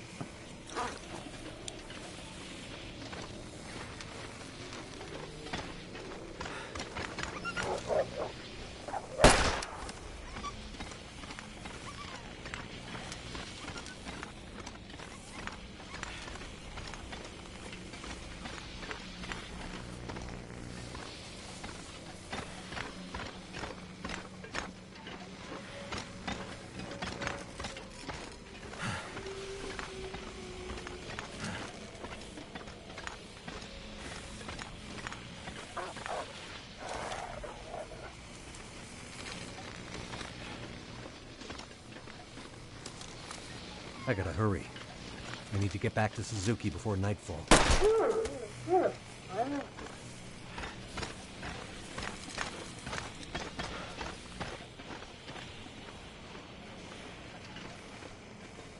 We're there.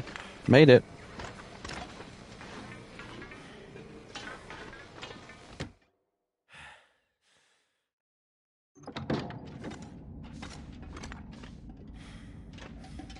Another tactical jacket? Is it better? I think it's better than what I have. Military coat's better. Alright.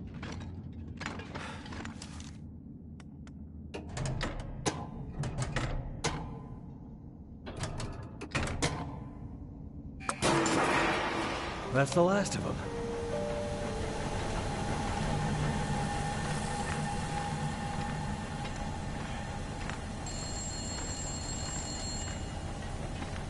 Not this again. Need to find a way out.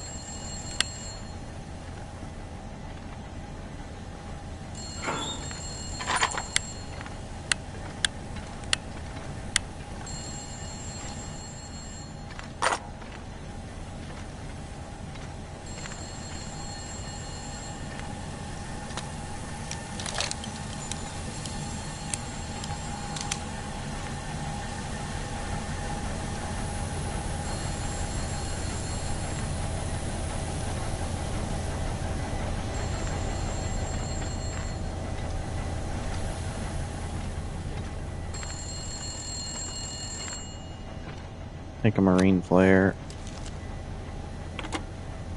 I see 3 green lights on the board, and a bunch of this old gear seems to be powering up. Good news. How's it looking out there? I think I've seen the worst of it. The pressure in the system seems to have dissipated, so that's one less thing to worry about. Great news. How we're at with preparations coming? She's in heaven. Haven't been able to get a word in edgewise since the power came back online.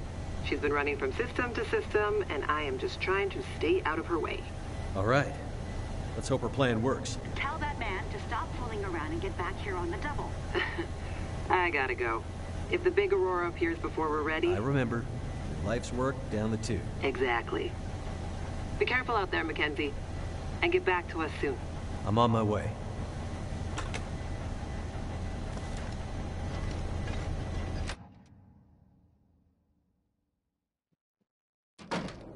Good. It worked. How long? 1 hour and 37 minutes. Oh my fucking god, we need to hurry. I'm gonna switch this off to something else so I have extra sprint. Get rid of the socks. And get rid of some of those. One of those, okay.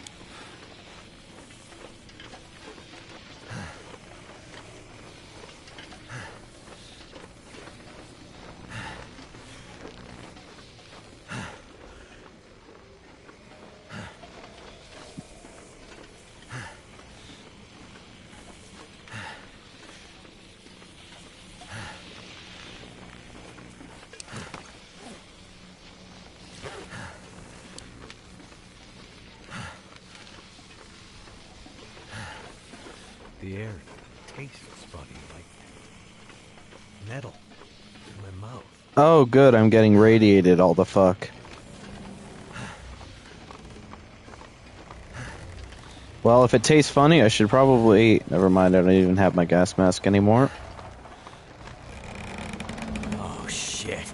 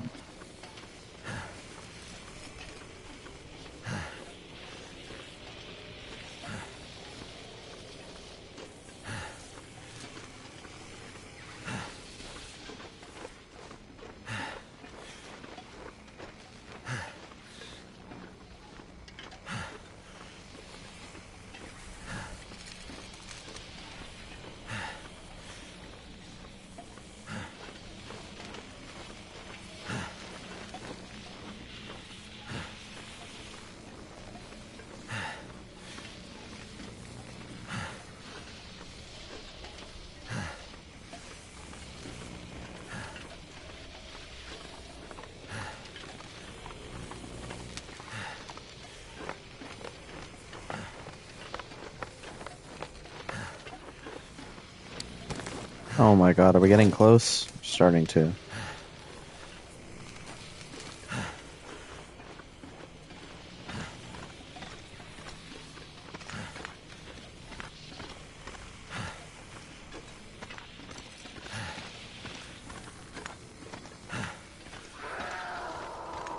Oh, fuck me.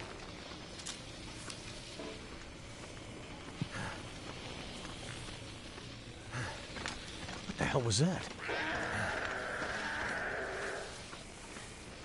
Oh, fuck. Put on the vest. Here, kitty kitty.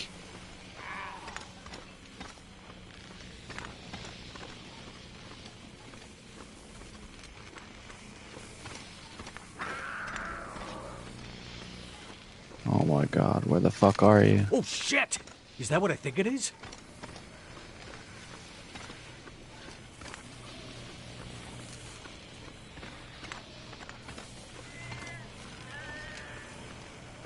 Cougar.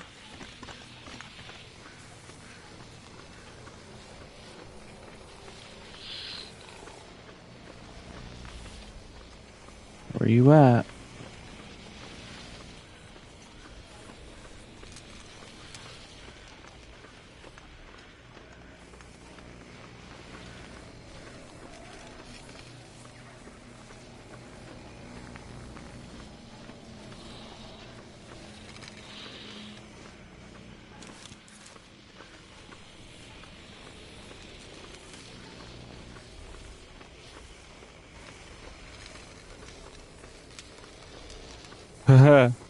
You following me?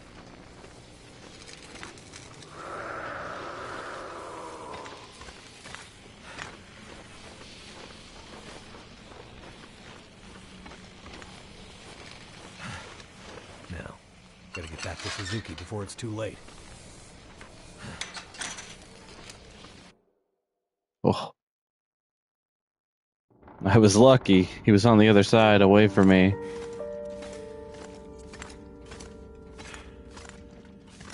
Made it, though.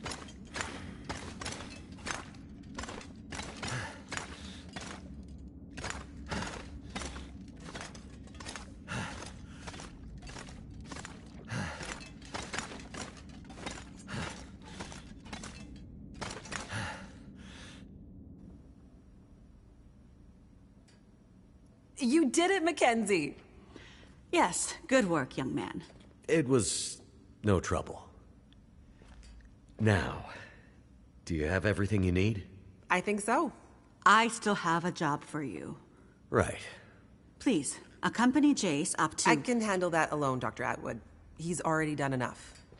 Accompany Jace to... With tonight's Aurora, we have a chance to pull the data now that the systems are nearly back online. But I'm not sure Jace can handle the next part alone. I don't need any help. We need to get the data from the buffers back into the mainframe, and then to the scope's relays for processing. But for that to work, we need the benefit of the program. The program? Just a little something I put together during my graduate thesis. It's a brilliant bit of coding, and without it, we'd be dead in the water. Okay. So, what can I do? The next parts are all about perfect timing, and we each have a part to play. I'm sure I can handle the telescope. Nonsense. This is too important to let pride get in the way. Once more, for good luck. Let's not make this a habit, okay? Works for me. You two had better get moving. We're running out of time.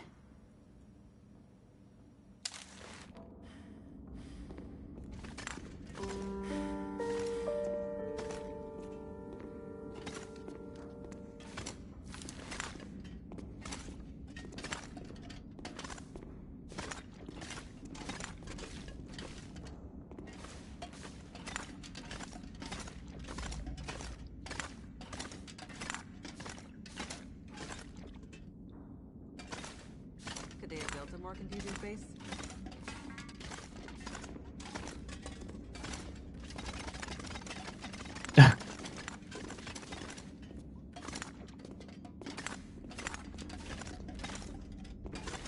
Just shoves the character along.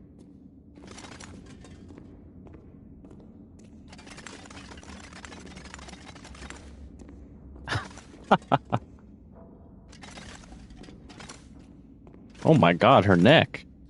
The fuck was that?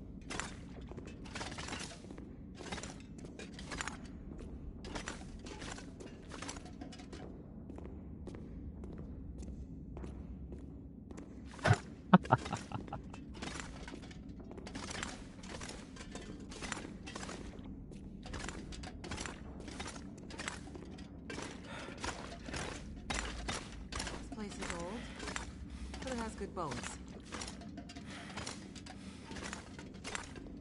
Am I just not... If I'm gonna be completely silent next to her the whole time?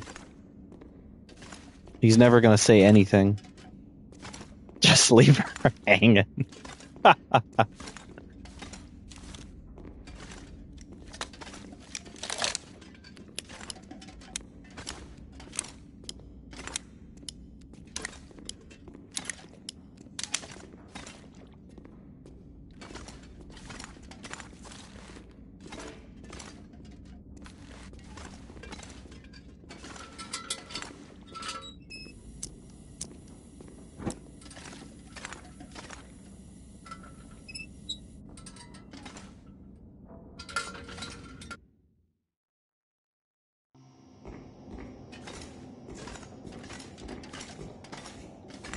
Feels like the whole facility is slowly waking up. That Aurora is a real mystery. It's almost like magic, really.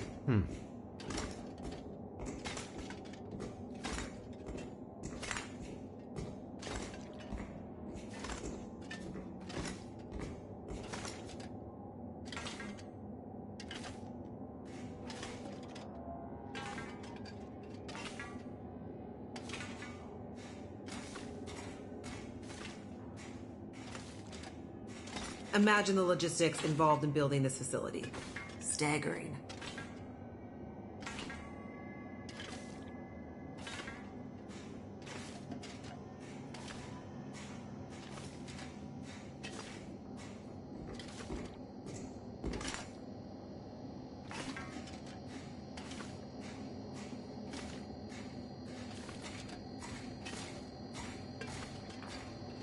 The people who built this had no idea how important it would be someday.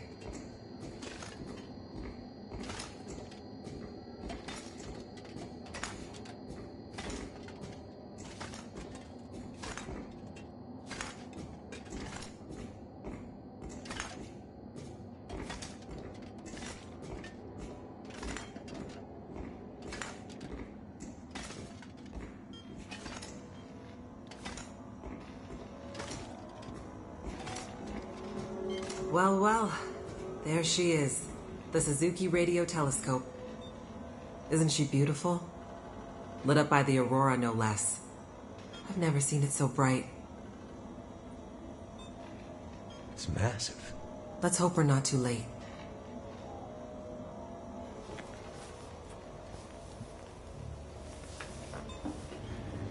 Okay, time to get this party started. There's a fair bit of interference. Keyboard is glitching a bit. Can't be helped, we're way past long shots at this point. Loading the program. Now.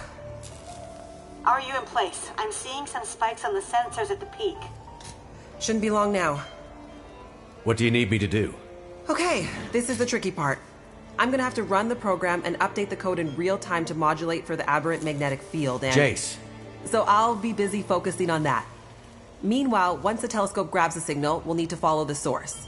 The new data will help flush the buffers, and the data in the buffers will get pushed to Dr. Atwood's workstation for processing. It's an archaic system, but best I could do with 30-year-old technology. I'm still not clear on what you need me to do. You're a pilot, right? Yep. Know how to adjust your heading to follow a radar beacon? Yeah, I have a pretty good idea. Same principle. Grab the big metal wheels at the base of each leg of the telescope sensor assembly. You'll see a bunch of numbers around the edge. When my program outputs specific bearings, I'll shout them to you. And then you have to find a way to match those bearings as quickly as you can. Sounds easy enough. The timing has to be perfect. Got it. Like, exactly perfect. I hear you loud and clear. Did you say you got here after crashing your plane? Don't start. Get ready. I'm seeing some power spikes. Something big. It's happening.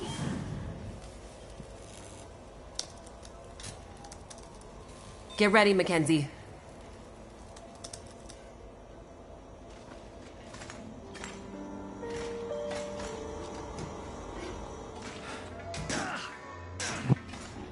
What a mess. Look for the wheel, Mackenzie.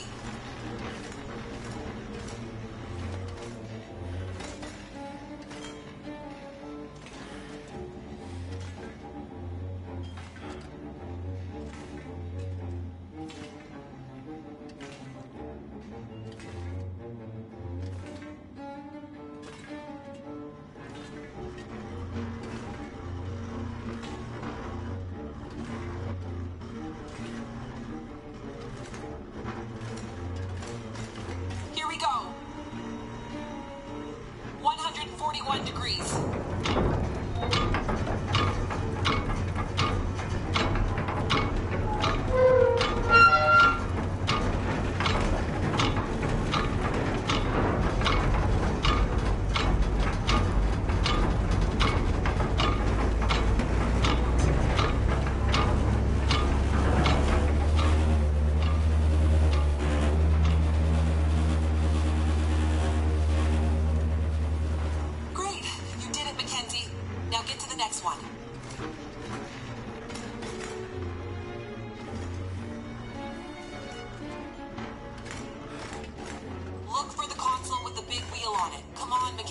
How am I supposed to find anything down here? There's gotta be a way through here. The dish is huge. That's it. We're getting close now. Keep going. Okay, 67 degrees.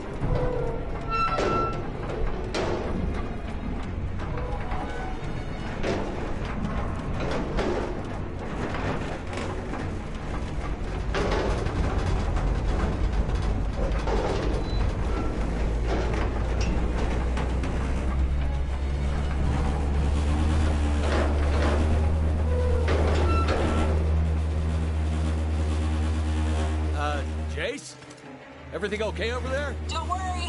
Keep going. Last bearing incoming. Come on, you sweet, sweet program. Don't let me down. 156, Mackenzie.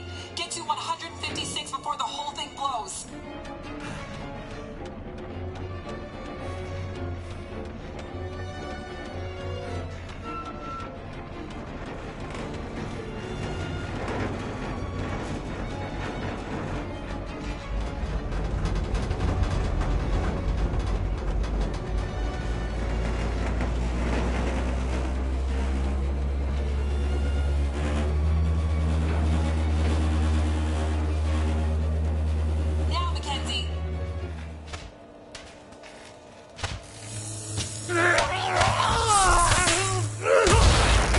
Mackenzie!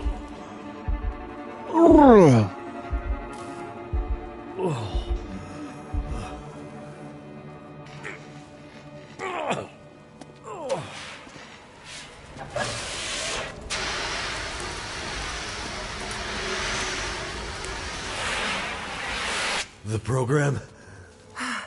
She did the most any program can hope to do. Her job. Now let's hope Dr. Atwood got what she needed. Because this gear is toast.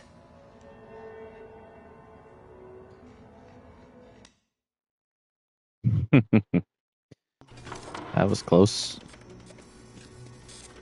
It's coming now. All the data just flooding out of the buffers. It worked. God damn it, it worked. Oh, thank goodness. I'd hate to have to restart my PhD. You did brilliant work, my girl. Absolutely brilliant. We just need to keep the data flow. Ensure it comes in a continuous flow, uninterrupted. How long before the data is ready for analysis? These are old systems, and it takes a while for them to crunch through the numbers. It'll be hours before we'll... Well, shit. What the hell just happened? It's not the power this time. Geothermal plant's still showing up green on the board. Some kind of overload, or emergency shutdown. What now? Now we do this the old-fashioned way. We start combing through the numbers. I'll get us some light.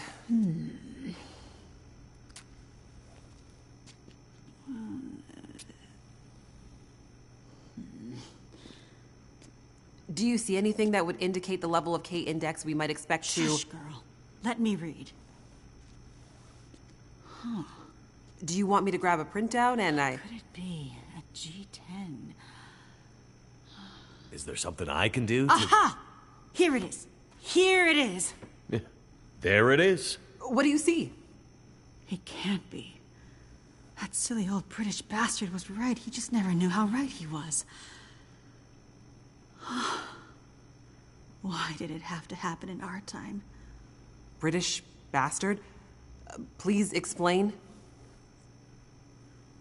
For you to fully understand would take more time than we have. I'd have to go back more than 150 years.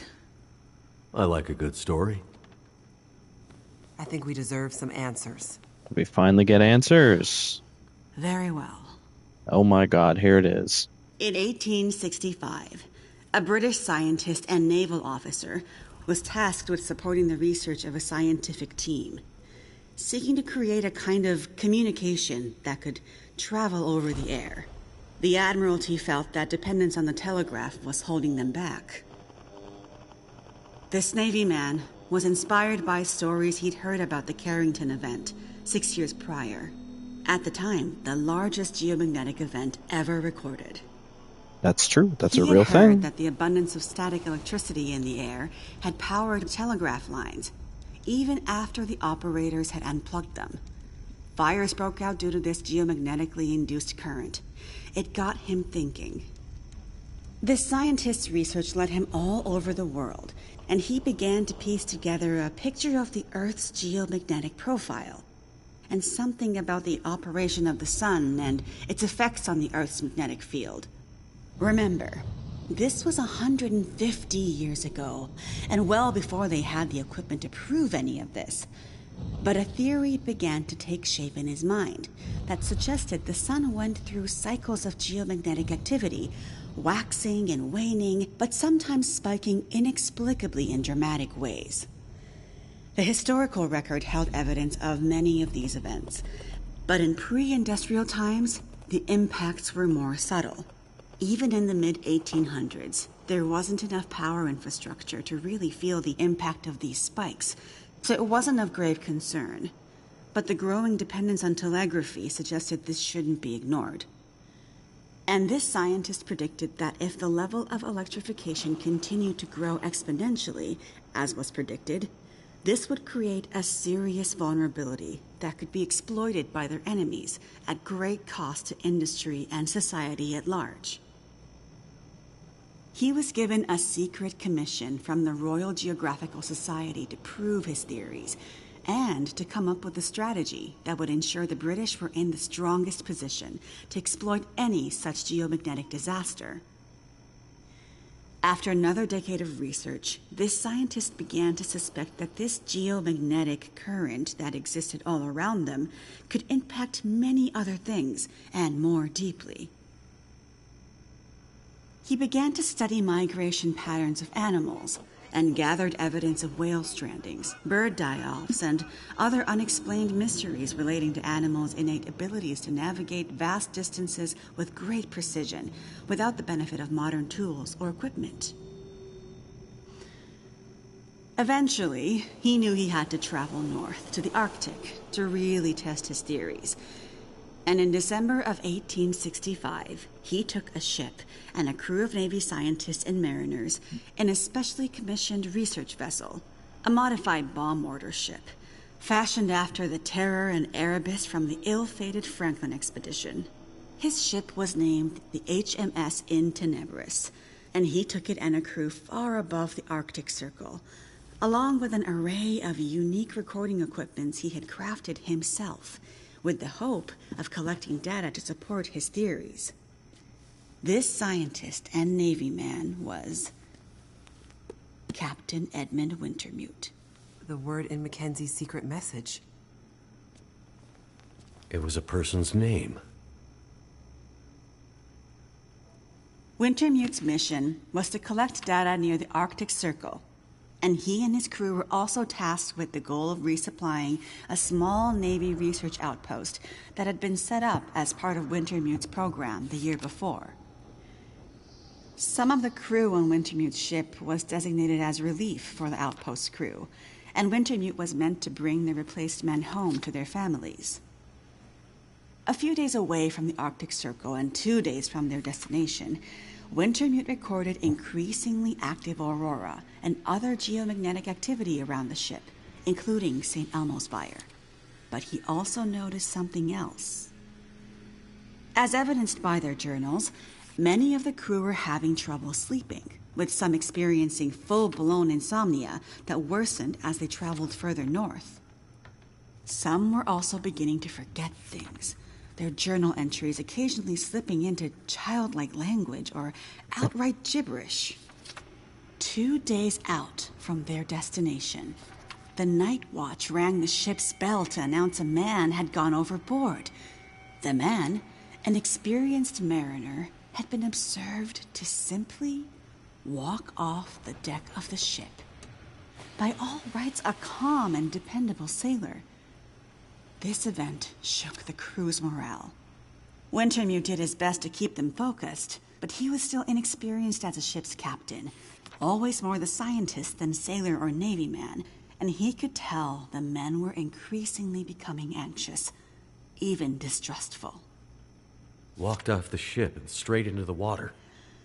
Exactly, but things got even stranger after that. When they arrived at their destination, a small island surrounded by sea ice, they found the Navy observation camp that Wintermute had set up the year before completely abandoned. The shelters were mostly destroyed, the relentless Arctic winds having shredded their canvas. The sled dogs were killed, some seeming to have been eaten. Many of the men were found dead, their bodies frozen in their beds, some showing signs of having been attacked or murdered. Yikes. Keep in mind, the Franklin expedition was still fresh in the public imagination during this time, including all the rumors of cannibalism. Wintermute could tell some of his men were nearing their breaking point, so he sent them back to the ship and took only a small group of trusted officers with him to search the rest of the small island. On the far northern side, in an icy bay, they found the remainder of the outpost crew, their bodies frozen solid in the ice. Some appear to have walked in and simply frozen in place. Jesus. And I thought we had it bad. Not wanting to completely abandon his research, but also recognizing the fragility of his situation, Wintermute kept a small group of trusted and hardy men with him.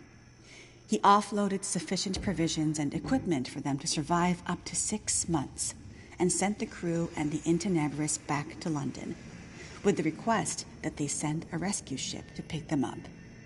That's dedication. But what does it have to do with our data? I'm getting there. Months later, the relief ship returned to find only Wintermute remained. He had left books of scrawled notes, data he had gathered using his novel devices, sketches and observances of the men he had kept with him, and a detailed diary outlining their slow but progressive decline into a kind of fugue and madness. Wintermute was accused of murdering the men, brought back in shackles, and once back in England, summarily court-martialed and committed to a sanatorium. His equipment, journals, and the data therein were hidden by the Admiralty, and the Royal Geographical Society renounced Wintermute's membership and denounced his research, claiming he had gone rogue. His work disappeared for over a century, until I dug it up. Why haven't we ever heard this story before? Exactly the question you should be asking. I had encountered odd and inexplicable references to his research, but always leading to dead ends.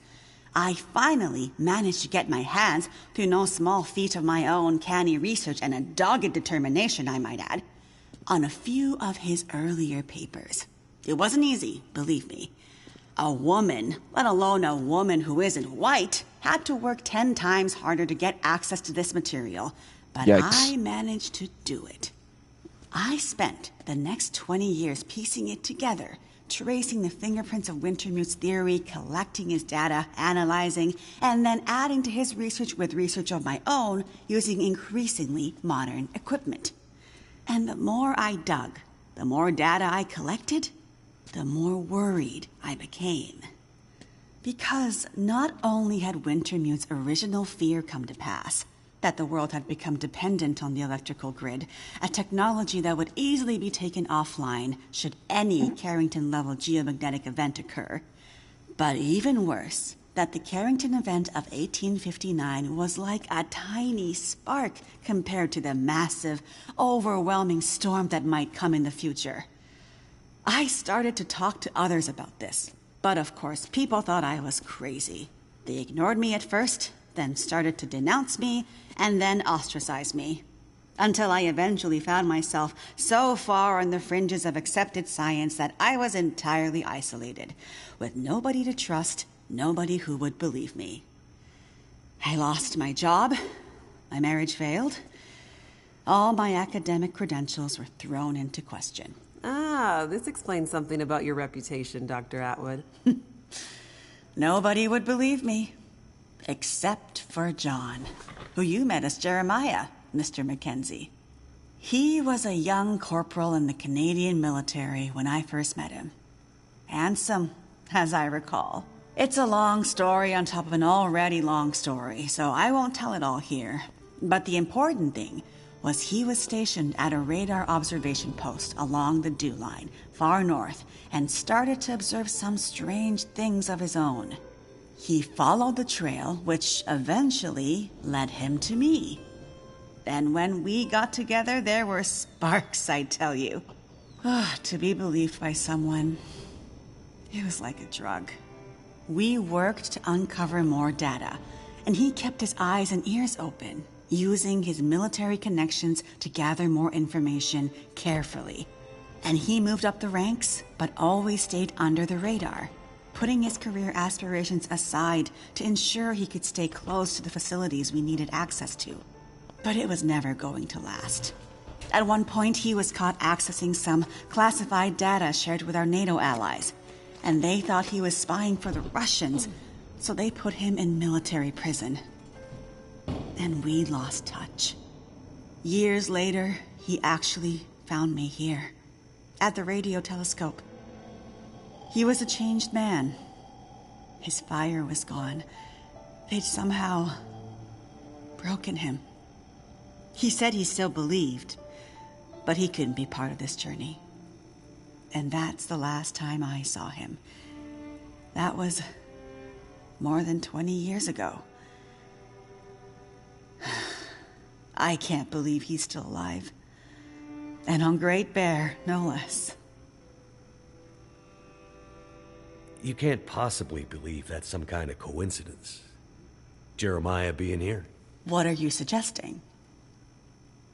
Isn't it obvious? He stayed here for you. To be close to you. To keep watch. He's been here ever since. Close by, in case you might need him. And as soon as he saw the Aurora and what it could do, he knew. He saw the signs. When I met him, he was nearly killed by a bear. And when I left him, he was still not much more than half alive. Otherwise, I'm sure he would have come here himself. But he sent me to warn you. He made me promise. And he knew by then what that promise would mean. He sent you in his place. And it's a good thing he did, because now we have the final piece. This is the answer we've been looking for all these years. Do we finally have it? I think we do, dear. I'm not following. All my research here, and Jace's since she joined me, has been to try to anticipate, to get ahead. Ahead of what? The next big Carrington-level event. The thing Wintermute spent his life also searching for. And others, lesser scientists, industrialists, crackpots, even here on Great Bear. The island's unique geologic strata and northern latitude created a perfect test bed for geomagnetic research. Even a few decades ago, a German industrialist named Rudiger. But that's not important. Dr. Atwood, do we know the terminus? We do, my dear. And when is it coming? Do we have time to prepare? No, dear. It's already too late. It's already started. What does that mean? It means we're in a new geomagnetic normal. What you've seen so far is really just the beginning. Things will get much worse from here on out. But how long will it last? Carrington was over in a few days, weeks at most. Oh, this is much bigger than Carrington. How long, Doctor? I hesitate to say. With the data I have, I can only offer a vague range. 40 to 400. Hours? Days? Years. Wintermute tried to warn us 150 years ago, but nobody listened. And now we're at the very beginning of a geomagnetic storm. A disaster of such proportion we've not seen its like in recorded history. The power grid is down. Everything humanity has built over the last 100 years or more, based on technology, electronics, everything based on the integrated circuit, electricity, it's gone. It's all gone. Nature is changing, and soon we'll begin to see the impact on people. We won't emerge unscathed. And this period of darkness will last from 40 to 400 years. A new dark age. The long dark.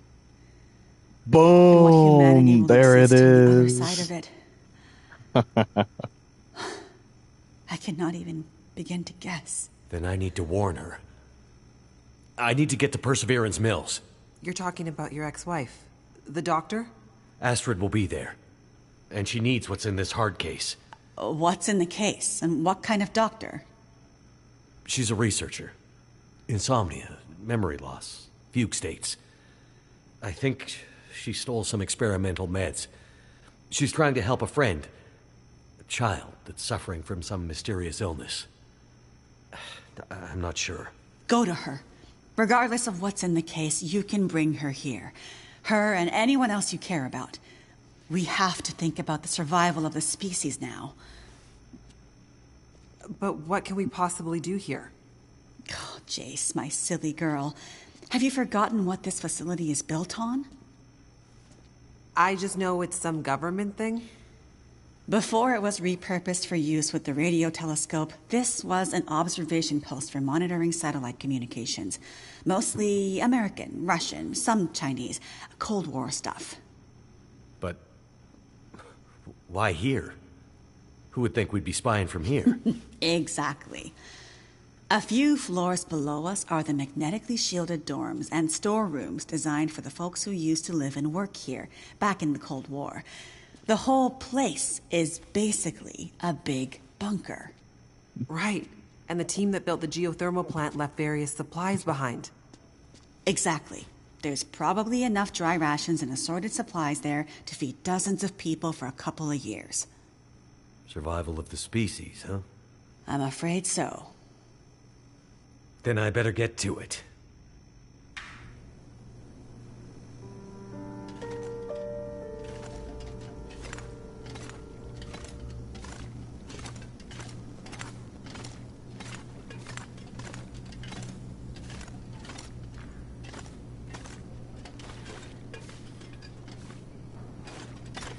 Then I'd better get to it.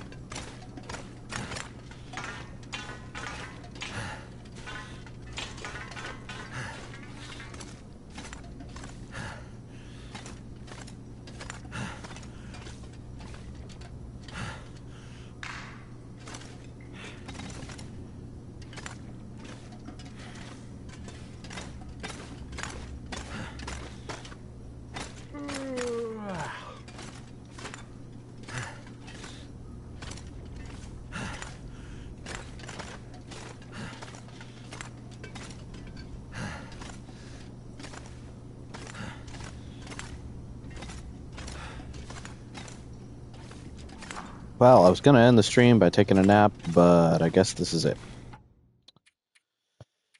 All right. As always, thank you so much for watching, hanging out, and enjoying the stream. And I will see you in the next one. Bye. GG.